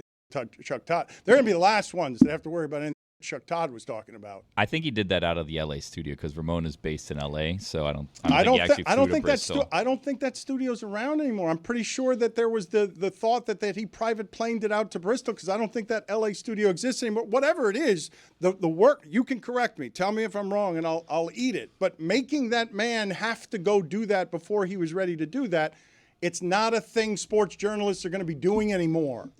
There are too many partnerships, too many allegiances. NFL owns 10% of ESPN. Like, this thing's going to die. Like, the money's too powerful to keep it from dying. But Pablo Torre Finds Out just exploded, and he's doing it with the Athletic and New York Times adjacent. And that's one of the last media entities that's going to be able to compete without having corporate influences ruin everything. Greg, you smell delicious. Thank you. You smell like but he smells like lentil and sausage. He does not smell like coconut. He does not smell like coconut milk, but he just came in here. You smell it, right, Zaslow? Yeah, I'm into it. It's not a soup. It's mine. I don't think it's the scent of your soup. It's my soup. My soup is very aromatic. It's my soup. That's funny. Have we decided how we're going to do this now? Zaslow, what is the smell in here? Would you say it's closer to sausage and lentil than it is to anything coconut milk? It smells like lentil. It doesn't smell like Thai thank food. you. Thai. Give me that orange chicken. I love Thai food. It smells like lentil. I don't think you know what you're talking about. Thank you. Yeah, Mike was adding ingredients left and right Imagine toward that, the end. a chef adding ingredients. Not a good sign when after you say your soup is done, you're still adding ingredients, including water? Yeah. Who puts water? Because I assumed more plenty people thin would enough. want to have this because it was so good. Okay, we'll see. Cooking for the masses here. Yeah. Are we ready to do this? I think the way that I want to do this, Chris Cody, is I will try it and I will vote. Zaslow will try it and Zaslow will vote. If we have a tie, then the room will decide. All 4 of you will try it, and all 4 of you will decide. I wanted no, this. only 3, not Mike. Do you have any wanted food this. allergies? I wanted this to land on Dan's lap. I was hoping the shipping container would go first, Zaz second, and then Dan breaks the tie. But we can do it your way. Let's bring him in here, and let's get started, and let's get Jeremy to give us, so that we can get the payoff here before we get off of live. Give me a healthy portion, please. Give me, of which one? Both. Mine. Remember Zazzle, whose birthday it is. Zazzle, you were eating. Voters. You were eating a lot around here. Whose birthday is that? I don't know. It's the food, it's there. It's a spread. Jeremy, the reason I asked you about Art Schleister, by the way, in the middle of Chuck Todd telling us his Doug Flutie game story, is because I saw the story the other day that Art Schleister was just recently arrested with two crack pipes on him and is like going to jail. And it's one of the saddest stories you will hear in the story of addiction in sports. But Art Schleister, 65 years old now and failing health, is in the middle of 3 of the biggest sports upsets of all time. Art Schleister is in the middle of these, is he not, Jeremy? Is that the story that you ended up finding? It's like one of the all-time bad beat, unluckiest, the Cosmos hate you stories of all time. I'll go back and find those results. All I know is that he had gotten to a point when he was betting $50,000 a pop on 3-team college basketball parlays after borrowing $300,000 from banks just on good name and signature. And in April of 1983, the FBI arrested 4 bookies that allegedly threatened to break his passing arm and harm his family because he didn't pay them $159,000 that he owed them. What's wrong, Dad? What's wrong, Greg? He's still putting ingredients in his soup. It looked like Mike, who's preparing now the bowls. It looked like he just poured a little crushed red pepper. How come I'm not out there preparing my bowl? That's what I've been asking. First Mike is gonna serve his, and then you'll serve yours. Because I want to, you got to get just the right amount of protein, lentils, and salt. That's why Mike was like, "Yo, I'm not letting them serve it. I need to serve these." Right. So Mike should be bringing it in now. Dan will be our first tester. Look at the color on this. Oh, Are you guys all sharing a bowl? Tainting the jury here. Hey, what's up, Owen Cody? 0-4. That's what you're going to be. Fun. Hey, fun. Owen. That's very confident. I really didn't know that Mike was someone who could cook. I don't. Well, we still don't. We still don't know that. Try a bite. He's awfully confident. Yeah, let's keep the mic a little That's closer. about There we everything. go. Oh, there we go. Jumped right in. Let's see. Hold on. Get the mic in front of you so we can really Ooh, that hear wasn't this. a good look. That He did make a his lip face. did that thing that went downward. Where now it's like, how do I spare the feelings? No, it's good. It's Good? delicious. Yeah. I'm convinced. I What would do you say- think of that reaction? I would say I would like. It's a very. There's a lot going on. He needs a few more bites. Okay. Biting soup is always a bad start. Is this the one with ash in it? That would be the one that has ash in it. So now, does he pass that bowl over to Zaz? Are we going to get another bowl? Yeah, they're sharing a spoon too, I think. Now you spit it in Zaz's mouth. No, I love the chicken in it. Or are you on sharing spoons and stuff? Like, Zaz, is this something I'm you're out on into? the sharing spoon. Yeah, you're out on it? For Are you a sure. mother bird situation? Would you go with different soup? spoons, same bowl? I like the texture. Or mean, you prefer a full... I'd prefer my own bowl, but I could do a different. I could do the same bowl. We're not sharing the spoon. I'll get you a spoon, pal. All right. It's got a good kick. Get 2 spoons. I want my dad to try it, too. I want him to be able to taste his competition. What? No, I think that both of these guys are going to like this soup because it's good. But I know your dad's a great cook, and I know his sausage and lentil is also good. And I'm hearing a lot of good, not great. well, I will tell you that I will know your father's critique with this. I know what he's going to say is his critique, but I'm going to eat it all before you guys get spoons. Like, I would think that somebody would go get a spoon for our participants. We could probably here. have enough bowls for everybody. I don't know why we're doing it this way, but Well, it's a good second guess, but this is what happens with live television. Like, 3 spoons wouldn't have been hard in a company of 30 Yeah, it wouldn't people to have get been. 3 spoons, like I think, you know? What's 40 Ethan people. doing? There's 50 people No, out there. I don't. Yeah, I'm paying all of them, but none of them are getting spoons. Oh, nice. I got my own bowl here. this is good right here. You guys get paid? Did you take out the carrots? I don't need carrots. I'm glad I don't need to share it. I'm glad I can have it. What do you mean you don't need Dad, carrots? whip I don't your need carrots. Dad, whip around and share with Dan. All right. This is good. All right, here he's gonna pass it over to you, maybe. No, I'll wait for him to eat over my shoulder. There Go. we go. Perfect. But it's good. All right, Zaz. First now here. on over here, Now Greg. Zaz first. Here we go. I got to avoid the carrots. Do I take my headphones off? I think you need the carrot so you get the full A experience. carrot will not touch my lips. How do Why we feel? not? How do we feel about how Zaz is holding the spoon here? It's solid, actually. You know what? No, that's really effing good. See, that's Not gonna lie. You like Thai food? That's really good. Thai food. all right. Greg now going in for a sip here.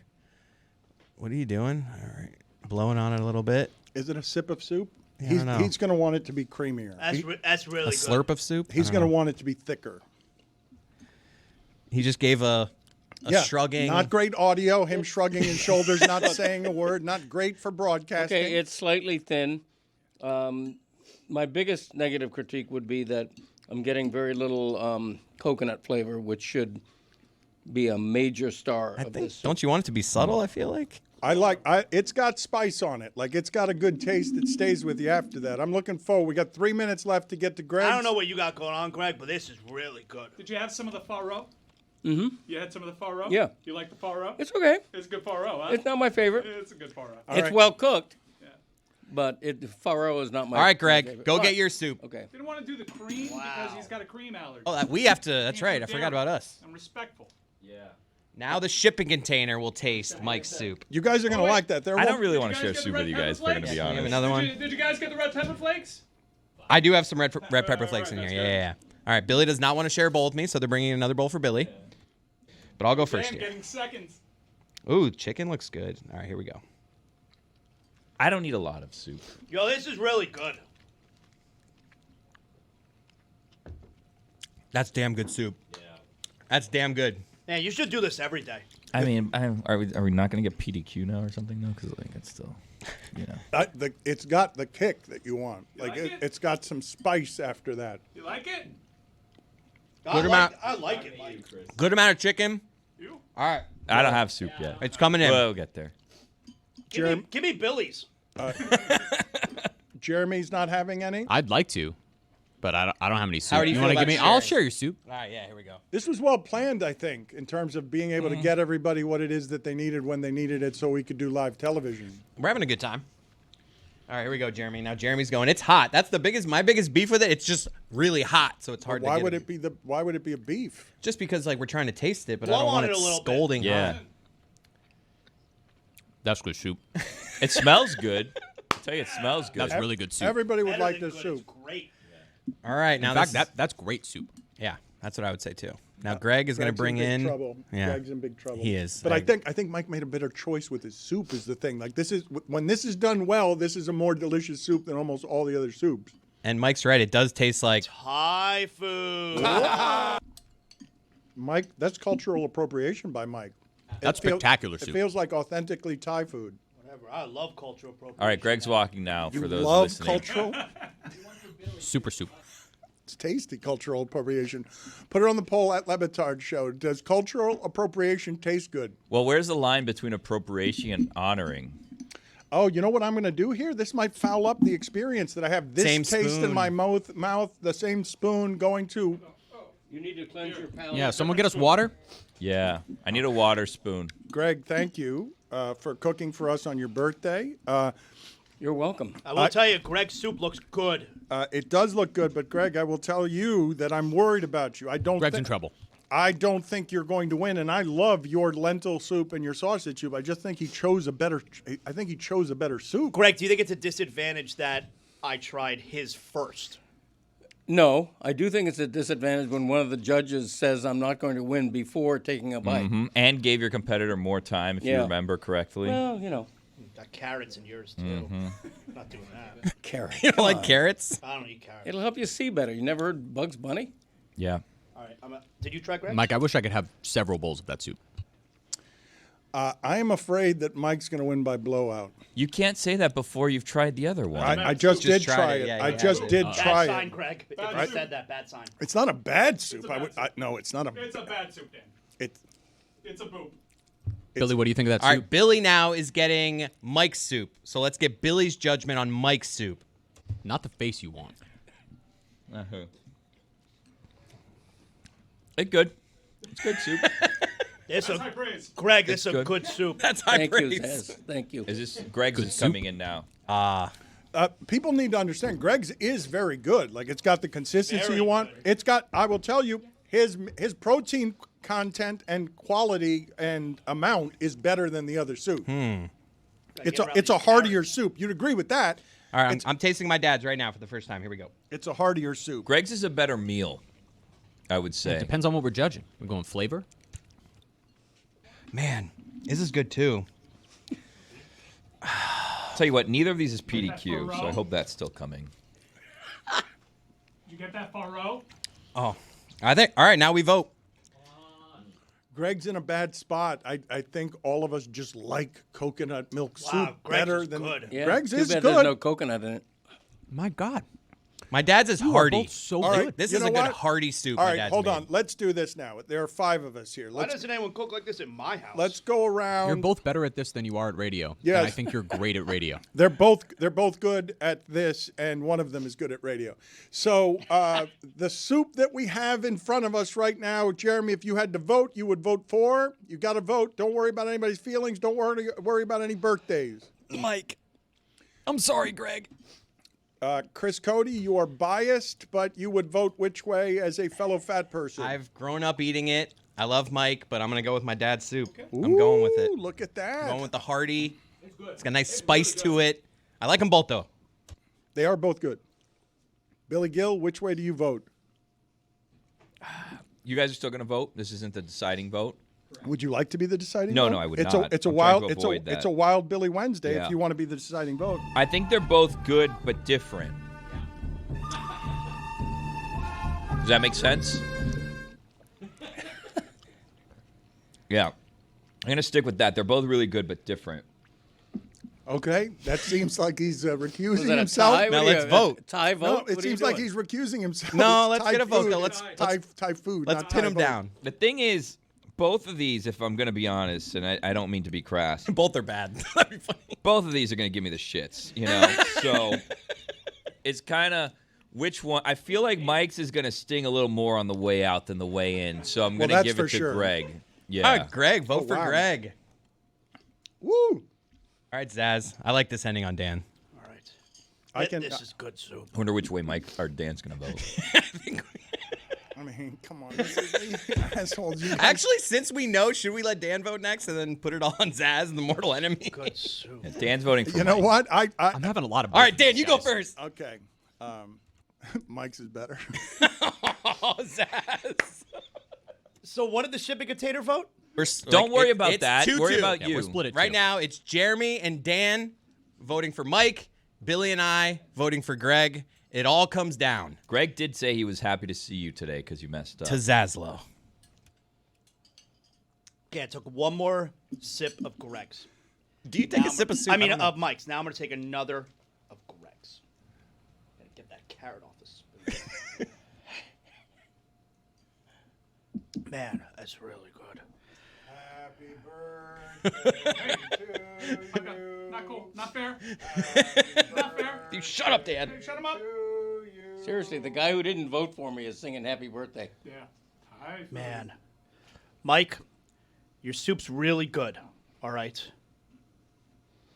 And that's why you're the winner. Yeah! Oh!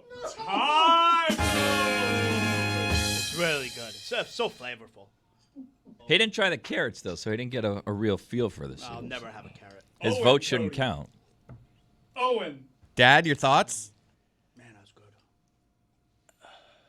I have no comment. Good soup. It was an incredible Week 1 slate for the NFL. The NFL showed exactly why. In America, it is king sport. It is top dog. It is the most in-demand ticket in sports. Some of those matchups, impossible to get into. You have a Super Bowl rematch this week. You have Eagles, Chiefs. How do you get in that building? You download the Game Time app. That's right. You take the guesswork out of buying NFL tickets with Game Time. Download the Game Time app, create an account, and use code DAN, that is D-A-N, and get $20 off your first purchase. You get ticket coverage, panoramic seat views. Terms apply. Swipe, tap, ticket, go. We're going to have trouble with our voice the rest of the way. I have still the delight of spice in my mouth. Billy, you had good critique during the break when I thought you spoke correct criticism. No, not criticism. I was praising both. I said Greg's soup tastes like home. Mike's soup tastes like vacation. Greg was really mad during the break. Oh my God, he was so mad. Really mad. That's your computer, Greg. You own $10 now over the Can't course be. of the show. It's his computer. He's really mad. And Jessica, I'm going to need a ruling from Jessica here on whether he's right to be mad or not, because during the break, no one came in here. He didn't leave the room. And I went into the other room, and I asked some people, did you have both soups? Did you like the soups? And Mike's is gone, and Greg's isn't gone. Well, Greg did better planning. Greg planned for the masses. Mike just planned for fewer people, I think could be what happened. I No, will Mike say added water, he said. Mike also added a little lime zest to the soup, which really kind of put it over. You guys didn't even have the best on-air bite because I spent 40 minutes zesting limes like a madman this morning. But, you know, it was like I was running in. I was like Kevin from The Office. I was like, who needs what? And then I forgot I had all this lime zest lying around. So I hope you liked it. Greg's mad. He's mad. Yep. Sure. Why wouldn't I be? I think it was an unjust award. A fair competition. Was it fair? I will say, You're food Lamar Jackson. I will say, having eaten a lot of Thai chicken soup, that failed to bring forward coconut, which is a major flavor, should be a major flavor in that soup. And Mike used a lot of coconut milk, and it did not have a coconut flavor that was discernible. This is classless. Which is a major negative for that soup. It was tasty. Be a sportsman. It was tasty. Lamar has 2 MVP awards, to be fair. This is really sad. Yeah, Really? you're great chef. Lamar Jackson, great quarterback, but Right. you're having trouble winning the big one. Yeah. Could have been Okay. 3. Okay. It's all right, Owen. Classless? No? Go ahead. 0-4. Okay. 0-4. One of those 4, I lost fair and square. Okay. Roy's turkey beat mine. You lost to Jessica fair and square. No, The I carve don't. off. I don't. Jessica, I don't feel like I did. She was using You the, were a lot classier to her the in cutter. defeat. Okay. Yeah. You know that because that And a wasn't mold. that wasn't a food cook-off. That Yeah. was an ancillary Whatever you say, Owen. competition. What? It had food Well, in it. Greg, I was going to come in here and defend you, but and there's a reason for that, Mike. The reason is that the last time that we made the soup that you made today, Lehman had COVID and like threw it up everywhere. So I can never eat that soup again. Like it brings up really bad memories. So I was going to give Greg my vote, but now Greg's kind of turning on me because of the carve off. And I'm like, I don't know if he deserves that. Okay. All right. No, I mean, I don't consider that a cooking competition. So I'm 0 for 3. It wasn't. You're right. I'm 0 for 3, and popcorn really isn't. 0 for 4 in food-related competitions. Okay. 0 for The 4. popcorn, I agree. The popcorn was a little. Yeah, it was that awful. one should, Yeah, it was just shouldn't terrible. count. Okay. Everyone was afraid of Dan. I lost fair and square. And to now they're Roy's afraid of turkey. Mike. Yeah, that's true. That soup was exceptional. You would have liked it, Jessica. You would have liked both soups actually, but I haven't seen Greg that mad. I don't, Zazzle, you've been here only a short time. He didn't even look up from his computer afterward. We all get up to stretch, have a little bit more soup. He was seething. Wouldn't even get up or look up at anyone. I think during it was the like a break. week and a half ago. He was more mad No. about the laptop. That was public. This was a private seething. He was smoldering in here. No, Chris, you got it bad publicly. We left the room. He sat in here steaming the entire time. Like, I'm not making that up. I was more scared of him this time. You guys don't understand this man that you work with. He's intensely prideful. He cooks really well. Pride of a lion. He's embarrassed that Mike beat him, and he's embarrassed that we let it happen. And you just don't know how prideful he is about this thing. Are you embarrassed? He's really good at this. No, I'm not embarrassed, and I'm far more disappointed than I am angry. I thought it was an unjust decision. I don't think it should have been close, and I feel cheated. And I think it was done just for the sake of comedy. I don't think it was a legitimate verdict. You can't fake what those pots look like. I made more soup than you. you did not. Yes, I No, made more you soup. did not. I made a more soup. All right, and more of the soup is gone. You made less soup. I'm gonna go have some more soup because it's almost gone, and I made a more soup. Please do. Greg, here you go. I know you don't like the beating you've taken here, but happy birthday, buddy. We are thrilled that we get to work with you. All rise for Greg Cody. A birthday for me is a birthday for you. The sound of my voice is a dream come true. The greatest of gifts that could be. Happy birthday from me to me. A birthday for me is a time full of love. A present bestowed as I fell from above to make all the world full of glee. Happy birthday from me to me. Happy birthday from me to me.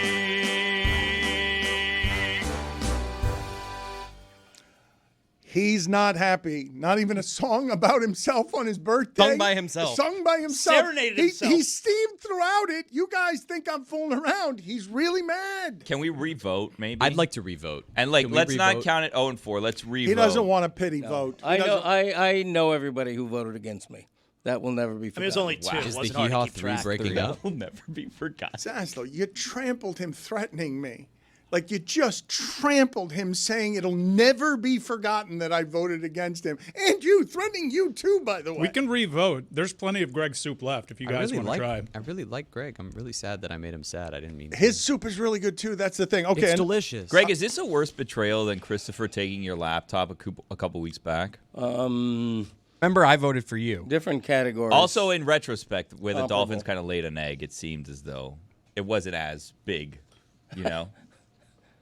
It wasn't as so. Me losing that vote wasn't as big as the Dolphins losing. that's Yeah, still I- your I might- phone. Another $5, please. You owe $15 on your birthday. It's people. It's people wishing me happy birthday. Jessica is hosting a live show on Saturday for the Notre Dame Texas A&M game at 3:30 with Kyle Rudolph and Aaron Banks. We will tell you more about where you can get that in a moment. But Jessica is saying something that I have not heard anyone else in the sports media saying anywhere in the interwebs. You liked week 2 better than week 1. Yeah, I mean, real ball knowers know, Dan. Week 1, there were a lot of flashy matchups, but then not a lot of meat underneath them. Week 2, a lot of meat on those bones. We had some, I mean, I heard Zaz talking about the border war yesterday. SMU Baylor, Clemson struggling with Troy, Kansas State losing to Army, USF and Florida, of course. There's a number of overtime games, Michigan State and Boston College. There were more even matchups in week 2 than week 1. So like, well, I think your typical fans like, yeah, I want to watch Florida State and Alabama. Those are some big sexy names. I want to see the less sexy games. I want to see Syracuse and UConn in overtime. Can you guys tell me where it is that you are on Arch Manning? Because we went from week 1 to week 2 with turbulence, and Texas. What are you shaking your head about, Zazzle? You've been saying I'm not anywhere with Arch Manning. Like, there's nothing to take away from what we saw in week 2, and week 1 was what it was. Although he was good in the fourth quarter, but whatever. Like, it's a 60-minute game. I'm not anywhere with Arch Manning. Just got to see it. Jessica? I agree. I mean, he was largely inefficient last week, but it was against San Jose State, and like they ended up winning by several touchdowns. It didn't really matter. They're not going to play another good defense for a few weeks. I did think it was weird that Sark tried to defend him by saying that he pooped his pants. I don't know if you guys heard that press conference sound. Pooped his pants. That's good description. Anytime you say that there's a pooped your pants, that's a good description, but it's usually not an ally of a description. Let's hear it. Arch Manning seemed to be having some throwing pains by the According to fourth who? quarter. Arch. Arch said that to you? No. Oh, according to who? It just looked like he was. He doesn't have any. Is there an explanation to why it looked like that? I don't know. I've never filmed any of you guys when you're using the bathroom, so I don't know what faces you make when you're doing that. So wait and see on Arch Manning. Big game that you're going to be across, Jess. We'll talk to you about Texas A&M and Notre Dame and what you're doing the live show with the Echoes in a moment. But I want to talk to you about Big Ten football, too, because we all know about conference expansion, and it means some interesting time zones and kickoff times. We got USC and Michigan State. Now, I think this is one of the cooler, more refreshing matchups when it comes to conference realignment, but it's kicking off at 11 p.m. Saturday night. You'd never see an 11 p.m. start time. You only see that stuff like in Hawaii. Are college football fans going to be overwhelmed? How is this going to rate? Mike, I have so many thoughts. Why is this a refreshing matchup? Who's clamoring for Michigan State and USC playing a conference game? Let's just start there. Who's like, we need conference realignment so we can say Michigan State and USC in conference against each other? I'm in on this because I saw Michigan State play a later night game against Boston College, and I was surprised at how crisp their offense looks like. If they can limit the mistakes, they look like they can bounce back a little bit. And USC has spent a lot of money in this offseason. So I get what you're saying, like historically, where's the appetite here? But from what we've seen so far in this very small sample, this seems like an interesting matchup. It's an interesting matchup. But my point is that, like, why does this have to be a conference game? I'm still salty about all of this Big Ten realignment because this is so stupid that this whole sport exists for fans, correct? Like we do this to entertain fans. And now if you're a Michigan State fan living in the Eastern time zone, your game's going to end at like 2 a.m. Like, how is this good for anyone? This is ridiculous. It's an 8 o'clock local kickoff in LA, and it's 11 p.m. on the East Coast. And I'm just mad because I like to fall asleep watching Hawaii. They kick off at like 11:59, which is great. But I don't want to fall asleep watching a Big Ten conference game. That's ridiculous. All of this stuff is going to start happening, though, right? NBA games are going to be at 11 p.m. This is all going to be the world's games, right? I don't think I mind. Well, I have nothing wrong with West Coast games being late. It's Michigan State and USC in a conference Big Ten game that I object to. Just on principle, Dan. Just on principle. I object to this. I defy it. I rebuke it. Well, Jess, did you rise up against Fran Brown? Because Fran Brown has a lot of opinions. I kind of like him. He gets his teams juiced up. But sometimes he says too much, and he tries too hard. And I haven't seen this type of look-at-me Louis display from a head coach since Sark tried to ice his own kicker. He makes his own team run sprints after a lackluster performance. Jess, we know that Fran Brown's got that arrow pointing up, but I'm cooling off on Fran Brown the person. Yeah, the bright side, and I know everyone's already made this joke, but at least they got to shower after this because they won, because winners get washed. But yeah, this made me a little sad. It is, first of all, the slowest set of sprints of all time. And I mean that in the politest way possible, because these guys just played like a 5-quarter game. This game went to overtime, and they had to really dig deep to pull out this upset win after they were trailing to UConn. I mean, it was a bad game by Syracuse until the very end there. And if anything, they should be like, wow, like this, we proved something about ourselves here. We're resilient. We're going to fight for our coach. We're going to fight to get this win. And instead, they're getting punished by running sprints in front of all of these Syracuse J school students who are all filming and posting it on Twitter. It made me feel a little sad for them. What'd you make of Caleb Williams' undershirt? Because it's not exactly what you see normally out of like a starting quarterback who's the face of your franchise. That's like what Billy Gill wore when he played football.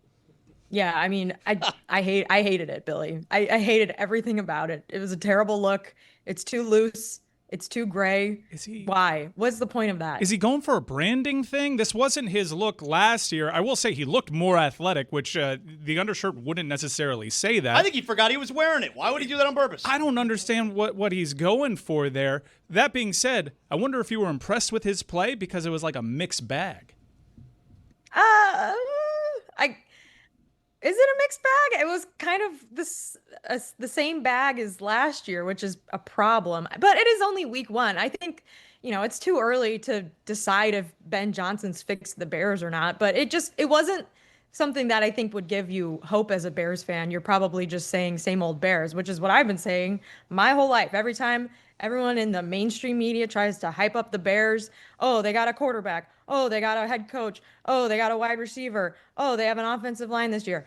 I'll believe it when I see it, okay? And I haven't seen it yet. Jess, I was at Baylor SMU last week, and that game was on the CW. This weekend, South Florida and Miami. That's a good game. 2 top 20 teams are on the CW.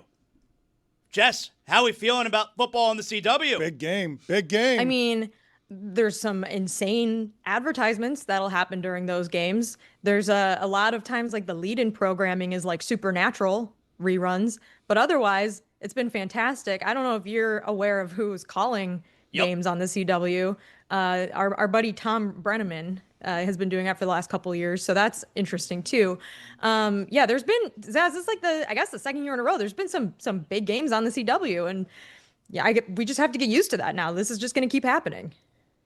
For those of you who do not remember Tom Brenamman, this is him making his return. I didn't think there would be a return from this, the single funniest thing to happen at any point during the pandemic. Castellanos to lead things off. Jim Day's going to be taking us the rest of the way through this game as Holland takes over on the mound. I made a comment earlier tonight that I guess went out over the air that I am deeply ashamed of. If I have hurt anyone out there, I can't tell you how much I say from the bottom of my heart. I'm so very, very sorry. I pride myself and think of myself as a man of faith. As there's a drive in a deep left field by Castellanos, it will be a home run. And so that'll make it a 4-0 ball game. I don't know if I'm going to be putting on this headset again. I don't know if it's going to be for the Reds. I don't know if it's going to be for my bosses at Fox. I'm going to apologize for the people who signed my paycheck, for the Reds, for Fox Sports Ohio, for the people I work with, for anybody that I've offended here tonight. I can't begin to tell you how deeply sorry I am. That is not who I am and never has been. And I'd like to think maybe I could have some people that could back that up. I am very, very sorry, and I beg for your forgiveness. So we heard. Jim Day will take you the rest of the way home. How bad does he not want to have FSU on the schedule? So last year, Thomas Castellanos was at BC. And I remember I was tuning in specifically to see how Brenamman would handle Thomas Castellanos. And when he was doing his opening monologue, bringing in the color analyst, he was like, and Boston College's quarterback by Thomas Castellanos. And he kind of gave like a side smile and laid out a little bit, acknowledging what the audience was anticipating. He made it all the way back. He's doing a top 20 game. What do you mean? What do you CW? In all the way back is you not playing that clip every time we say Tom Brenamman. He'll live with that following him forever, which is probably like, probably not the worst thing, right? Like he's gotten a second chance. USF's not going to beat Miami this weekend. I'm just going to say that. Like this, maybe it could have been like a sneaky, like, oh wow, like their passing attack is going to really put some pressure on Miami's defense. But no, after they upset Florida, Miami is not going to be sleepwalking through that. It's not going to happen. So I'm just going to tamp that down right now. Miami is big and strong, and that's where they have their advantages. But I do like USF's defense. Like I like how athletic they are on defense. So like, I'm not at the point yet where I'm going to say, yeah, Mario Cristobal's got this one. I'm not going to. No, he does, Dan. He has this one. I'm not saying they're going to go undefeated the whole season, but I think he has this one. What would get you there? I mean, it's not that long ago that they lost to Middle Tennessee State. No, I'm with you, but what would get you there? And I mean, this is no offense to Jess or Notre Dame. It's really more ignorance on my end of.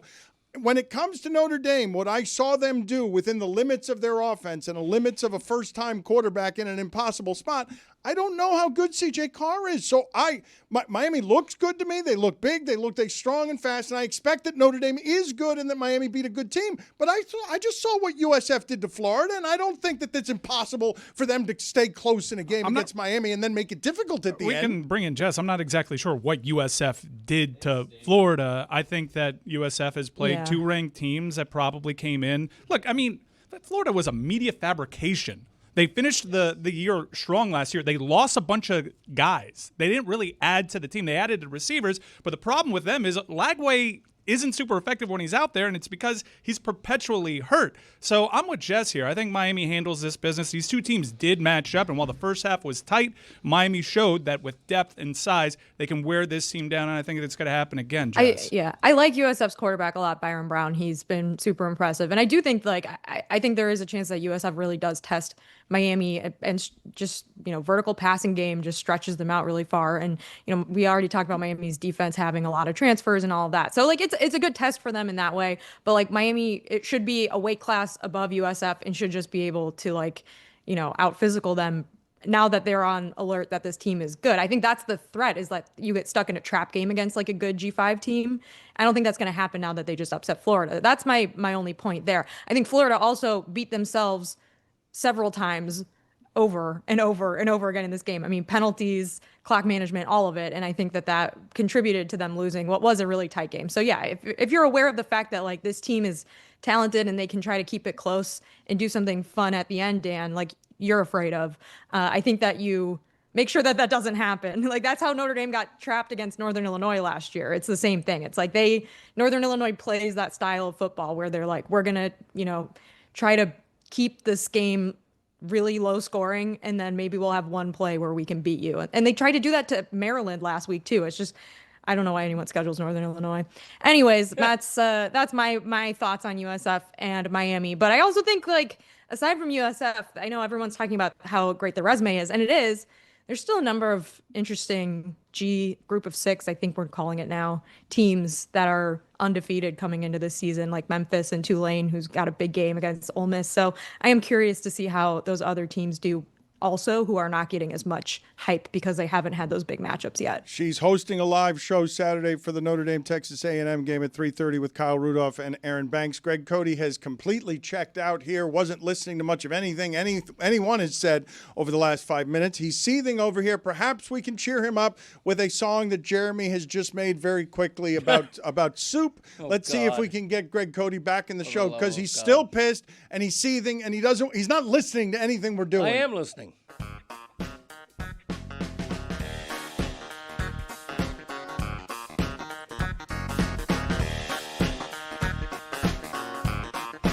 Yeah, that soup's delicious. Thai food or lentil. Yeah, that soup's delicious. I really like soup. Good song. And now I get to eat soup. Thanks to Greg Cody. He thinks he can cook soup. You better have my soup. Does he have my soup? Does she have my soup? Where is my soup? Give me soup or give me death. Wow. It's poorly written. That might be your worst song ever. I loved it. That was unspeakably terrible. Inspired lyrics. Anti-comedy. Worse lyrics than Kiss. And Get with the program. They're the worst lyrical writers there have ever been. Jessica, your thoughts on Jeremy rushing in with that song and ruining everything we're doing with it? I really like soup. Yeah. That's $20, Greg. You now own $20 because of the amount of birthday texts coming in here. You continue to derail everything we're doing. Can I have the money, please? I don't have my wallet on me. What's a man to do? He's receiving birthday texts. He can't control when other people reach out to him. Seriously. Greg, you don't pay the fines. Birthday texts. You don't pay the fines around here. You don't respect the fine No, system. I literally don't. I literally don't have my wallet. I know, but you owe $20, and you not being able to figure out how Venmo works. You got that Venmo? Like you have. Hell no. It's his birthday. He shouldn't be paying for anything. Thank you, Billy. Zaz, you should cover his fines for the day as I'll a cover his birthday fines. gift. I'll cover his fines. It's all right. Greg, I got you. You're on drugs. We're running the What? risk.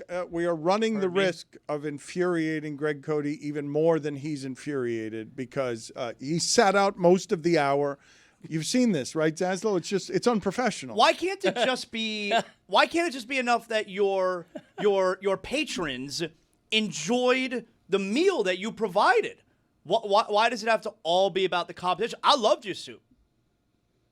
It was great soup. He didn't vote. Neither of them voted was for you, great just as a reminder, Greg. Neither one of them voted for you. But it wasn't as good. Reminding. It wasn't as good as Mike's soup. And not to. Wow. I loved your soup. This seems like a setup from the start, if I'm going to be honest with you, Greg. Okay. Drag the old man in on his birthday, make him cook for us. This is The what thought had spit in his occurred. face. The thought had occurred. Mm-hmm. It's all a scam. I want to get to Jeremy's Fraud. Hasn't promoted your podcast once yet. He did it himself. Greg, he turned to me and he said, "Wow, that lime zest really changed it." What about the coconut that was missing?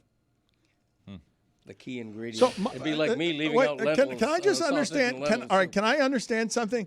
Are you also of the belief, because you haven't said this part, as someone who knows how to cook, as someone who I would say is a sophisticated cook, is very careful with gourmet flavors and where it is he puts things and how much of something he puts in it, did you think his soup was poorly made? Like, did you think that doesn't respect the artistry of cooking the way that you wish it to be respected, because he just slapped so many flavors on it? Well, before I ever knew, I asked Mike, you have coconut in there, right?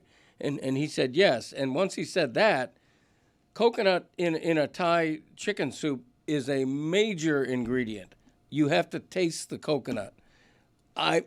Maybe I'm alone. Maybe others of you tasted No, it didn't taste coconut. that much like coconut. It just tasted delicious. It didn't taste that much like coconut. This isn't your standard Tom Kai.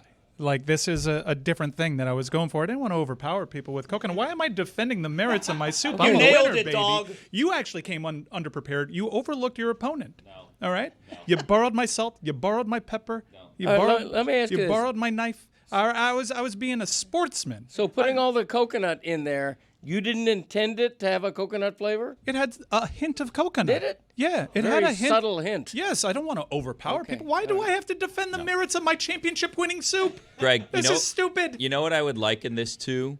The Leaning Tower of Pisa.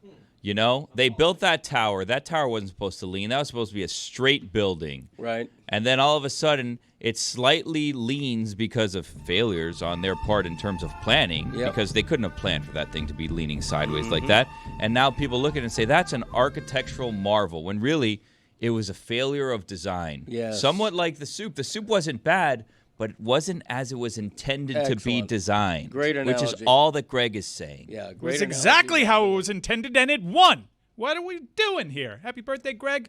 I'll pull back. All right, I'm starting to get a little worked up because you're not exactly being classy in defeat here. I thought we were having fun. We were in this together, pulling on the same rope. He's pissed. Over there, Chuck Todd's freaking us the hell out. We're having a good old time. Yeah, I mean, this is a bonding moment for us. It's all in the name of sport.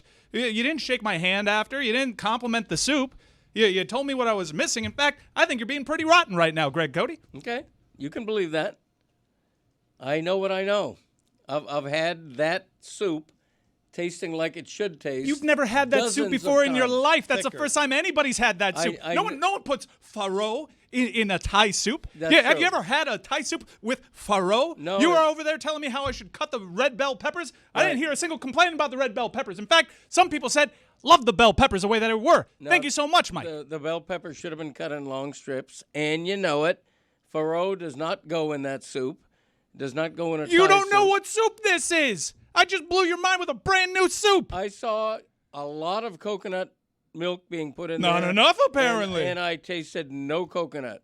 That is a wonder of my major, chef skills. Major shortcoming. Yeah, you saw an entire can of coconut milk in there, and yet it didn't overpower your palate because it had so much goddamn stuff going on. It didn't power my palate at all. I didn't taste it. Well, there's plenty of your soup left, pal.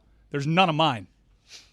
The You gloves, made less. The gloves are off now. I Made feel like you guys more. shouldn't even be you bothering didn't. to try to pretend to compliment each other. What No. did you really think of Greg's soup? And Greg, I thought what it was did a you bit really think gamey. of Mike's? It tasted like a soup made in a forest. I didn't think it was a very good soup at all. If you told me it were squirrel, I'd believe that more than it was sausage. You make that squirrel soup? I'm actually with him on that one. Oh, Dan. It was gamey. Not the gamey part. Not the gamey part. You thought you were eating squirrel? Dan. Feels like it was made in a forest. That the sausage, you could have tricked me if you Could have been said venison. It's not sausage, that it's something else. You In could've- Chuck Todd's world, it'd be great for survival. Brewed in a witch's cauldron, put together on a hot plate. That's what it tasted like. Did you make me squirrel? I did. It did. I tasted a hint it of was eye squirrel. of newt as well. It was a bit of a witch's was cauldron. squirrel. Greg, did you like any of Mike's soup? I thought it was very good, except for the absence of any coconut flavor. Tell you what, if I want to make a second place soup, I'll take your advice. That would have authenticated the kind of soup you were making. I need to move the show along because we've probably spent too much time on Mike Ryan's delicious He's soup. doing it. And I'm trying to be classy. Greg Cody's less delicious soup. He's mad, and he says he will never forgive me and Zaz for making the result go that way. Jeremy, I'll remember. I didn't say I'd never forgive. What I said was I'll never forget. Don't mistake those two things. What does that mean? You know. It means what it means. No, I don't. So what does it mean, though? I'll never forgive it, but I'll never forgive it. Fate will tell. So what? Fate will tell. He What did told he you he'll say will forgive. tell? He just won't forget. So wait, but if you don't forget, and Fate will tell. okay, sounds like a bit of a threat.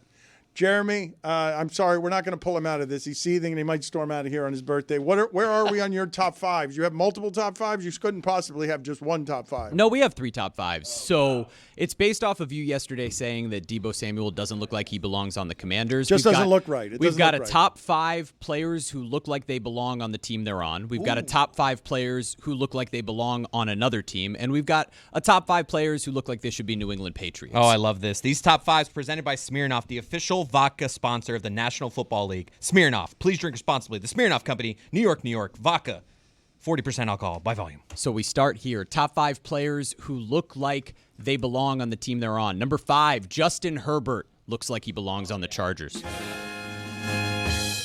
Number 4, Max Crosby belongs on the Raiders. You're going to do 3 better than that one? Number 3, Dan Quinn looks like a Commander. I love this.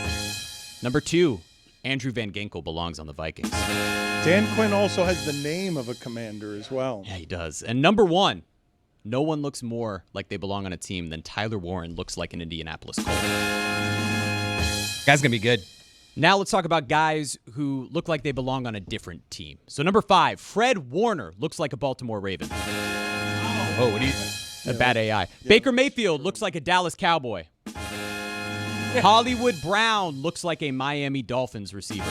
Produces like one, too. Amon-Ra St. Brown, sort of a Lion, looks more like a Carolina Panther. Okay. I don't know what you're doing there. Deebo Samuel looks like the It's the same Pittsburgh uniform. Steelers. It's the same color. And for the Patriots, OLI, Alec Pierce. Oh, because he's white. OLI, Christian McCaffrey. I see what we're Number doing. 5, Cooper Kupp. Okay. Number 4, Adam Thielen. All right. Number 3, Cam Scattaboo. All right. Number 2, Ladd McConkey. White guys. Number 1, Hunter Renfrow.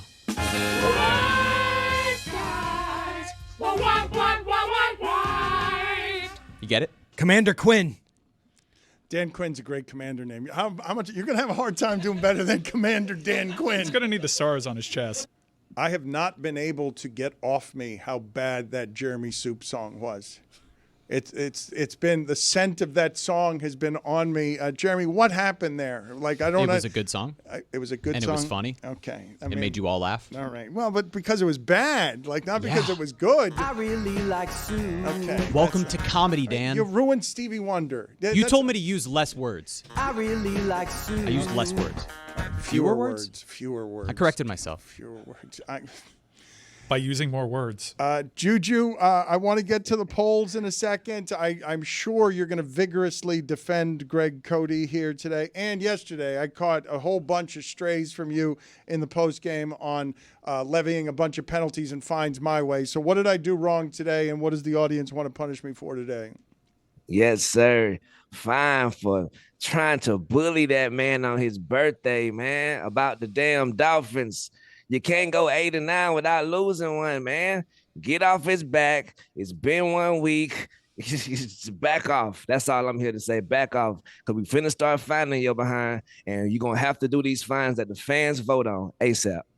Okay, I'm fine with that, but that's the only place you find me today. I will cover, for this last time on his birthday, Greg Cody's $21 in fines today, even though I'm the only one who actually pays the fines around here, because none of you guys respect anything we're doing with the fines.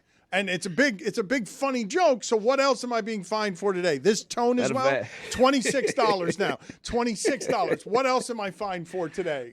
Bro, we got to fine Mike, bro, like $2, bro. It was hilarious, bro. But you said that man's suit tastes like it was made in the damn forest, bro. Like, come on, man. It's his birthday. The bell peppers should have been cut into strips and you know it. Thank you, Juju. It's great to feel the love and appreciation. Happy birthday, brother. Yes, here, hold on again. Happy birthday to him. I don't care. Good luck. We have solved the mystery. Pablo Torre found out. He actually wrote in that the reason we were having all those problems during the Chuck Todd interview is because Juju was in his house with his mic unmuted, and everything he was saying was I didn't know. Really? Yeah, everything he was saying was coming out. I don't know what he was saying. I heard like it sounded like a television in Chuck Todd's house. But what happened, Juju? You turned off your mute? Man, you know, players mess up too sometimes, man.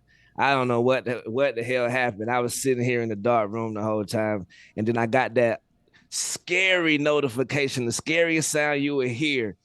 The host has muted your mic. I was like, oh, wait, what?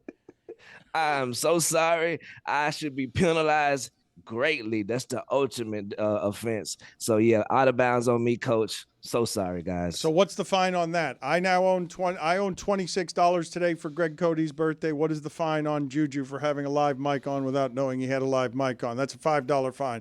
We'll make it up as we go. So I was technically right blaming Chuck Todd because it was coming from Zoom. You were not right. No, because there was one time it was making the noise and I potted the Zoom down and I was like, oh, it went away. So I knew it was from Zoom. It wasn't his Zoom.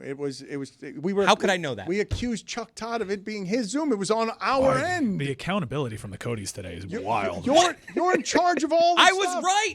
I said it was from the Zoom. Come on. Learn from Juju. Off me, coach, and move on. That's right. Be accountable for one thing.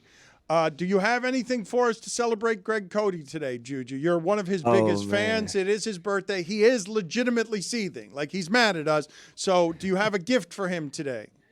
Yes, sir, man. I want to celebrate my big brother on his special day by making a top 10 Greg Cody moments in the history. This is big. In the history of the show? A top? Whoa, okay. Wow. Yes, sir. OLI, a plethora of hard net workouts hard network outs that just lit up the entire globe, man. It was frustrating to you, big brother, but it made us so happy to see you. All OLI, including the tumor one, the best one ever done, the one that he was revealing that he had a tumor, and then we clipped him. All OLI. That's crazy. All right. Yep. Another OLI, you with your hands on your hips at the golf course looking like... Oh, great photo. There's so much arrogance in that belly. Look at the amount of arrogance in that belly. Yeah. Right. And last OLI, discovering that you fry turkey barefoot, big brother. I do that too. He does. I come to find out. Bird of a feather. Number 10, discovering that you, when you were younger, you looked a spitting image just like Tom Cruise, man. I couldn't believe it when I saw it. That is crazy. This is Greg Cody. It's crazy how much he looks like him when he was younger. It's nuts. It doesn't even make any sense. Is it really? Wow. Stunning, That's right? Our recent Stunning, word. right? This is not a joke. That's Greg. That's That was Greg Cody. That's Greg. That's foul way. owl on the prowl. Yeah, that's Greg. Yep. Number 9, Greg Cody in the Zardos costume. Wow. Come on, man. Packing.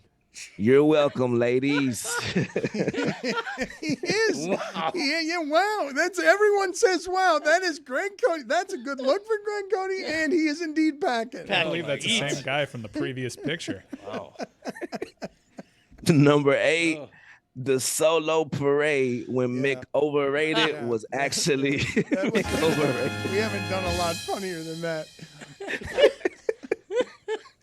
Oh my goodness, you was waving to Cinti out there. She was like, I know you, big bro. Oh man. Number 7, down goes Cody. Chris Cody caught you, man. This is a hell of a list. Oh no. This is what an honor, Juju, you've done for Greg Cody here, putting together this collection. This is a greatest hits collection right here. Yeah. Could have done without Salute that to the last one. video.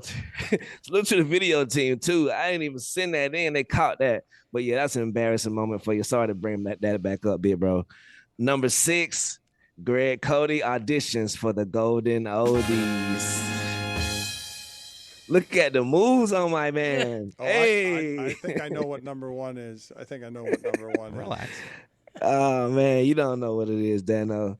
Number 5, Greg Cody does South Beach sessions. Come on, man. We're strong. Big tearjerker, man. Like, my boy was vulnerable. He was a real man that whole episode. If you haven't checked it out, man, it's still up there. Go check it out today. That was a Yes, nice sir. one. That's his heartfelt moment I've had publicly with Greg Cody on that South Beach session. Yes, sir, man. Number 4, the miracle in Fort Myers, first pitch. Greg Cody throws it out. Yes, sir, man. That was a great day, man, to see you out there. And then you messed up buddy name Encarnacion. That was such a great day, man. Buddy won the car in our section. We had to give it away. That was wild. Right. It was good to see you out there, man. The people just adoring you and loving you, man. It's good to see you in that element, big brother. Number 3, when you was singing 1440 in the garage. Come on, man. Heartfelt. My boy meant every word he said in that garage right there. Thank you. Look at him. My cigar days. You sampled it, Juju. Yeah, I did sample it. right. And I put it Yes. on my album. Very Yep, proud Dark of that. Nights. Yep. Yes, sir. Available wherever you get your music. You were ahead, Juju. You were ahead of the curve of merging hip hop and country. Now everybody's doing that. Right. I should have hit Billy Ray and asked him whose balls were juiced. Number 2, you coming out in New York City singing Zion, New York, New York. That was good. And I know what number 1 is, and unfortunately it includes Jeremy. Yes. Number 1, man, the best moment, seeing my big brother up there on that stage in Las Vegas, Nevada, man. The Hee Haw 3, man. What a day, man. What a moment. I feel like I was watching something that I couldn't believe I was watching. Happy Hats off to birthday. you, Happy man. birthday, Happy Greg birthday. Cody. That is, not everybody has that kind of top 10 list on our show. Congratulations, Thank you, Juju. Greg. I really appreciate you, Juju. Thank you very much. Before Yes, you sir, get no out of problem. here, Juju, can you tell us how disgusted you were? You're, in general, disgusted by the hygiene of most men in our environment, and I'm assuming you're disgusted by baseball finger lickers. Oh, my goodness, bro. I seen the video this week. It reminded me of one person in the history of the world, my brother, Jeremy Taché.